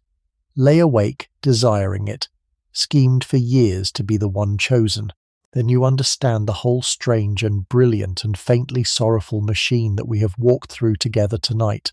room by room, fountain by fountain. A whole world had been built at staggering cost, in which nearness to one man was the only light worth having, and in which even the carrying of his candle, the short distance to his bed, was a glory. A great lord would count among the triumphs of his life. The candle is handed over. The chosen man holds it, his face carefully calm, his heart, one imagines, beating hard. The curtains of the royal bed are drawn at last, and the long, brilliant, exhausting performance of the king's day is finally quietly over. The candle is taken away. The chosen man bows and withdraws. The curtains of the royal bed are drawn, and for the first time since long before the dawn, the king is alone, and the vast machine of the court begins, very gradually, to wind down toward stillness. Come away with me from the bedchamber now, on quiet feet, and let us move slowly back through the palace as it settles for the night, because this is my favourite hour in all of Versailles, the hour when the spectacle is finished and the enormous house at last breathes out. The crowds that choked the antechambers an hour ago have thinned and drifted away to their lodgings, up the back stairs to the attics, out across the courts to the town. The card tables stand abandoned, the scattered cards lying where they fell, a few coins forgotten on the cloth. In room after room, servants move with practised hands to put out the lights, lifting the long-handled snuffers to the candles one by one, and as each flame is pinched into a thread of smoke, the gilded ceiling above it sinks gently into shadow, so that the splendour we admired by day folds itself away by degrees, like a great banner being lowered and rolled for the night. The mirrors that blazed with the sunset hold only darkness now, and the stray gleam of a single passing taper. Footsteps that could not be heard for the crush of people now echo and fade down. Corridors gone suddenly vast and empty. Somewhere a heavy door is closed. Somewhere a sentry shifts his weight at his post and settles in for the long, cold watch. And over all of it, over the planet rooms and the shining gallery and the grand staircases, there settles a hush so deep it seems almost to have weight, the hush of an enormous building holding thousands of sleepers within it, each of them sinking down now, the Duke and the kitchen boy and the king alike, into whatever it is that such people dream. Stay with me a little while in the hush, because the deep middle of the night has its own life in a vast house, and I want you to feel it. The candles are nearly all out now. Here and there along a corridor a single lamp still burns low, throwing a small pool of amber light onto the marble, and leaving the rest to shadow. The sentries keep their posts, motionless in the dimness, their breath showing faintly in the cold of the unheated halls, and now and then one of them shifts, and the small creak of leather and the soft ring of a halberd's butt against the floor carries an astonishing distance through the stillness, for the palace that roared all day with thousands of voices has fallen so silent that the smallest sound seems to fill it. Somewhere a clock ticks in an empty room, measuring out the slow hours that no one is awake to count. Somewhere a mouse moves behind a gilded panel. The great gallery that blazed at sunset and glittered under its 1,000 candles at the evening's height lies now in deep blue darkness, the mirrors holding only the faint grey of the windows and the cold scrap of a moon, the painted victories overhead lost in the dark, the whole long shining room given over to silence and to sleep. In the kitchens far below, the fires have burned down to a dull red glow, and a scullion or two sleep on their pallets near the warmth, too tired to feel the hard floor. In the attics the courtiers lie in their narrow beds, the dukes and the hopeful and the disappointed alike, their fine coats hung up, their swords laid by, their faces in sleep at last, untroubled by the long day's calculations of who had risen and who had fallen. And through it all moves the watch, the quiet tread of the guard going its rounds, keeping its long vigil over the sleeping thousands, the one waking rhythm in the whole vast slumbering house. There is a peace in these hours that the daylight Versailles never knew, the deep even peace of a vast machine at rest, every wheel of it stilled, every striving soul within it laid down and dreaming. Breathe slowly with me in that peace for a moment, in the warm dark of the sleeping palace, before we step out to see the gardens under the moon. Let us slip outside one last time, through a garden door, into the night air, because the gardens are at their most beautiful now, and at their most still, and there is no one to see them but us. The geometry that blazed beneath the afternoon sun has softened into silver and shadow. The moon has risen over the long sweep of the parterres, and far down the central axis the Grand Canal lies flat and motionless. a sheet of dark glass holding the cold, scattered light of the stars. The fountains are silent. The marble gods and the gilded tritons stand frozen in mid-gesture in their dry and shadowed basins, pale shapes among the black walls of the hedges, keeping the watch they have kept every night since the chisels left them. No whistles signal through the dark now. No jets leap into the air. No music drifts across the water. The clipped avenues stretch away into a softness deep as sleep, and the only sounds are the small ones that belong to the deep of the night. The long sigh of the wind moving through the high hedges, the far-off call of an owl somewhere in the forest, the faint settling murmur of a world at rest. All the striving of the daylight hours, all the bowing and the watching, all the desperate arithmetic of favour and the holding of candles, has dissolved away into this immense and even peace. The garden does not care who held the king's candle tonight. The moon does not know the duke from the scullion. And there is a kind of mercy in that, in the way the night gathers up all the fierce hard hierarchies of the day, and lays the same darkness gently over the highest and the lowest alike, as though to say that under the stars, at last, the differences that ruled the day have all gone quietly to sleep. And beyond the gardens, beyond the gilded gates, the town is sleeping too. Remember the town we rolled through as we arrived all those hours ago, the streets that existed only to serve the palace. Its windows have gone dark now. The bakers, who must be up before the dawn to fire their ovens, have long since gone to their beds. The wig makers and the candle sellers, the grooms and the laundresses, and the porters and the seamstresses, all the thousands of ordinary working people whose unceasing labour kept the vast machine alive through another day, have set down their tools and let the day fall from their shoulders at last. They are the part of the story that the gold and the mirrors make it so easy to forget, and yet without them not one candle would have been lit tonight. Not one dish carried the length of a corridor, not one fountain filled, not one horse groomed, not one fire laid. Tonight, like the king, they sleep. And there is something that draws the whole of it together in that single thought. The great and the small beneath the same dark sky, the duke in his cramped attic, and the scullion on his pallet by the cooling kitchen fire, and the king behind his drawn curtains, all of them, for these few hours, simply tired human beings laid down to rest. The long performance has ended for everyone.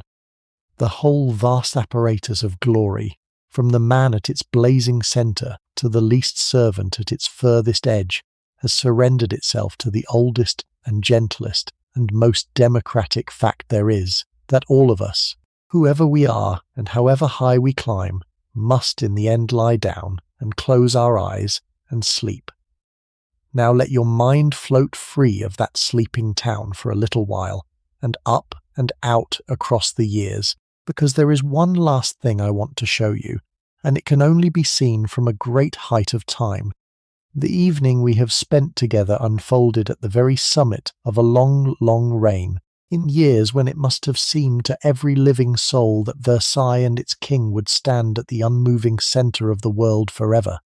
And the king did reign on, and on, far longer than almost any monarch in the whole history of Europe, for more than 70 years in all, until he had outlived his own son, and then his grandson, and was followed at the last by a small great-grandson, a child of 5, who would inherit the throne and the palace and the whole impossible weight of being the son. When the old king came at last to his dying, in great pain and great dignity, he is said to have called that little boy to his bedside, and given him a few quiet pieces of counsel, the wisdom of a long life reduced to a handful of sentences, warning the child, if the story is rightly remembered, not to love war, and building too well as he himself had loved them, to live at peace with his neighbours, to lighten the burdens of his people, to be in some things a gentler king than his great-grandfather had been. And then the longest reign in Europe was over, and the sun that had blazed at the centre of an age went down at last, and the court, which had never known another master, hardly knew how to grieve. The palace did not fall silent then. It passed to that small boy grown into a king, and then to his grandson after him, and for the better part of another century the court still gathered in these rooms, still rose and dined and went to bed by something like the old ceremonies, still walked the shining gallery and idled in the green rooms by the canal. But the spell, by slow degrees, was weakening. The world beyond the gates was changing in ways that the fixed and gorgeous round of Versailles could not feel and would not heed. New ideas were stirring in the kingdom, hard questions about kings and peoples, and the gulf between the dazzling few at the centre and the labouring millions at the edge, the very questions a good guide cannot help but raise as he walks you through such splendour. And the gulf had grown too wide. The taxes pressed too hard. The harvests failed too often. The distance between the gilded gallery and the hungry village had stretched past what the people of France would any longer bear. And so, within 100 years of the golden evening we have just shared together, the whole vast order that Versailles had been built to embody came down. It came down, in the end, quite suddenly. One autumn day, a huge crowd came out from Paris along the same straight road we travelled at dusk, men and women driven by hunger and by anger and by an idea whose time had come, and they came to the gates of Versailles, and they did not come as petitioners or as sightseers in hired swords and hats. They came to take the king away, and the next day they did. The royal family was brought out from the palace and carried back along that road to Paris, into the heart of the very city. The first Louis had so feared and fled, and they never came back. The court scattered. The great game of nearness, the holding of candles, the arithmetic of stools and curtsies, the whole intricate world we have walked through tonight, simply ended, almost overnight, as though a spell of 100 and more years had been broken with a single word, and the palace, for the first time in its glittering life, fell truly silent, emptied of its court, abandoned by the world it had been raised to rule. The silent years that followed were hard ones for the vast house. Much of what had filled it was carried away. The furniture was sold off and scattered to the four winds. The treasures dispersed, the rooms left echoing and bare. There were times in the long uncertain decades after the fall when it seemed the whole vast pile might simply be pulled down, too costly to keep, too painful a reminder of a banished age, and only chance and a few stubborn lovers of the place kept the wreckers from it. The fountains ran dry, the gardens grew ragged.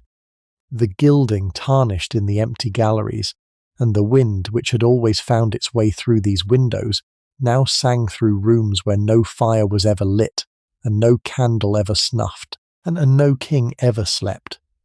For a building raised to be the loudest and most crowded place in Europe, there can have been no stranger fate than this long emptiness, this echoing quiet, this slow patient waiting in the dark. And yet it did not vanish, as great stone things so often refuse to vanish. It endured the silence and the danger and the slow years, and in time it was rescued and made into something its builder could never in his proudest dreams have imagined. For the palace that had been raised as one man's private theatre of glory became at last a thing that belongs to everyone. It was given over to be a museum, dedicated in a fine and generous phrase to all the glories of France, no longer the possession of a single dynasty, but the inheritance of a whole people, and then, in time, of the whole of Europe. The gates that once admitted only those who came with a sword and a hat now stand open to all. And so today, in our own age, the rooms we have walked through tonight are walked through again every single day by millions of ordinary people from every country on the earth, who stand in the same gallery of mirrors and tilt their heads back at the same painted ceilings, who gaze down the same long green vista toward the same distant canal, who marvel, as we have marvelled, at a beauty that has outlasted everyone who ever fought to possess it. The crowds have come back to Versailles. The commotion has returned. The vast house is full of voices once more, 100 languages murmuring beneath the gold. And here is the thing I most want to leave with you, the thought to carry down with you into sleep. If you stand very still in those rooms today, among the modern footsteps and the soft tide of voices, it is not difficult to feel the older crowd still there, just beneath them. The courtiers and the kitchen boys, the kings and the queens and the chosen men who held the candle, the painters on their scaffolds and the gardeners with their carts of orange trees and the laundresses and the sentries and the small great-grandson called to a dying bedside, the whole vast vanished multitude who lived and laboured and waited and slept within these walls, layered now into the very stone of the place, like the rings inside an ancient tree, present and absent at once, gone and yet somehow never quite gone. We are, all of us who walk here, simply the latest of them, the newest layer, adding our own quiet footsteps tonight to the countless footsteps that have crossed this marble across more than 300 years, and that will go on crossing it, long after ours have faded. I find there is a deep and unexpected comfort in that, and it is the last thing I want to offer you before the night takes us both. The Sun King built Versailles to defeat time itself, to fix himself forever at the unmoving centre of the world, to raise a glory so total and so dazzling that it could never fade or fall. And time, as time always does in the end, had quietly other plans. The king is long gone. The court is dust. The fierce hierarchies that governed every waking moment here, that men spent their whole lives climbing, mattered enormously to those caught inside them, and matter now to no one at all. And yet the place itself endures and is more beloved now, and more freely shared, than ever it was in the years when one man owned it utterly and guarded it with armed men at every door. There is a gentle and humbling lesson folded into that, about what we build and what we cling to, about how little of our striving truly outlasts us, and how the things that endure are so rarely the ones we fought the hardest to keep. The candle that powerful men once ached to hold has long since guttered out and been forgotten, but the moon still rises over the canal exactly as it rose on the night we have spent here, and the gardens still lie silver and still beneath it, and the great patient house still keeps its long watch over the sleeping land, no longer a monument to one man's pride, but simply a beautiful thing that human beings made, and lost, and saved, and now rest quietly within. Let that settle over you as softly as the dark is settling now over the gardens and the canal and the sleeping town. We have come to the end of our evening together, you and I, the few quiet hours we have spent walking side by side through this vanished world, and everything I have shown you tonight, every room and fountain and ceremony was real, drawn as faithfully as I am able from the lives of the people who truly lived it, gathered up and carried to you here, in the dark, so that you might walk through it for a while and find some peace. Before you drift off entirely, let me say only this. If these long journeys into other centuries are something you would like to take again, you are always welcome to come back, and to bring with you anyone else who might find a little rest here too, the way I hope you have found it tonight. There is no hurry in it, and nothing is asked of you, only that you return when you wish, and I will be here, with another door to open, and another world waiting on the far side of it. But that is for another night. For now there is nothing left to do, and nothing left to be, but to rest. The palace is dark, the gardens are still. The town sleeps, and the king sleeps, and the long brilliant day is over at last. So let your breathing slow, and let the bed hold you, and let the whole bright crowded world we wandered through tonight fade gently back into the past, where it has waited so patiently all this time, for someone to come and walk through it once more. Sleep well, stay warm, be kind to the people in your house, and I will see you in the next one. Good night.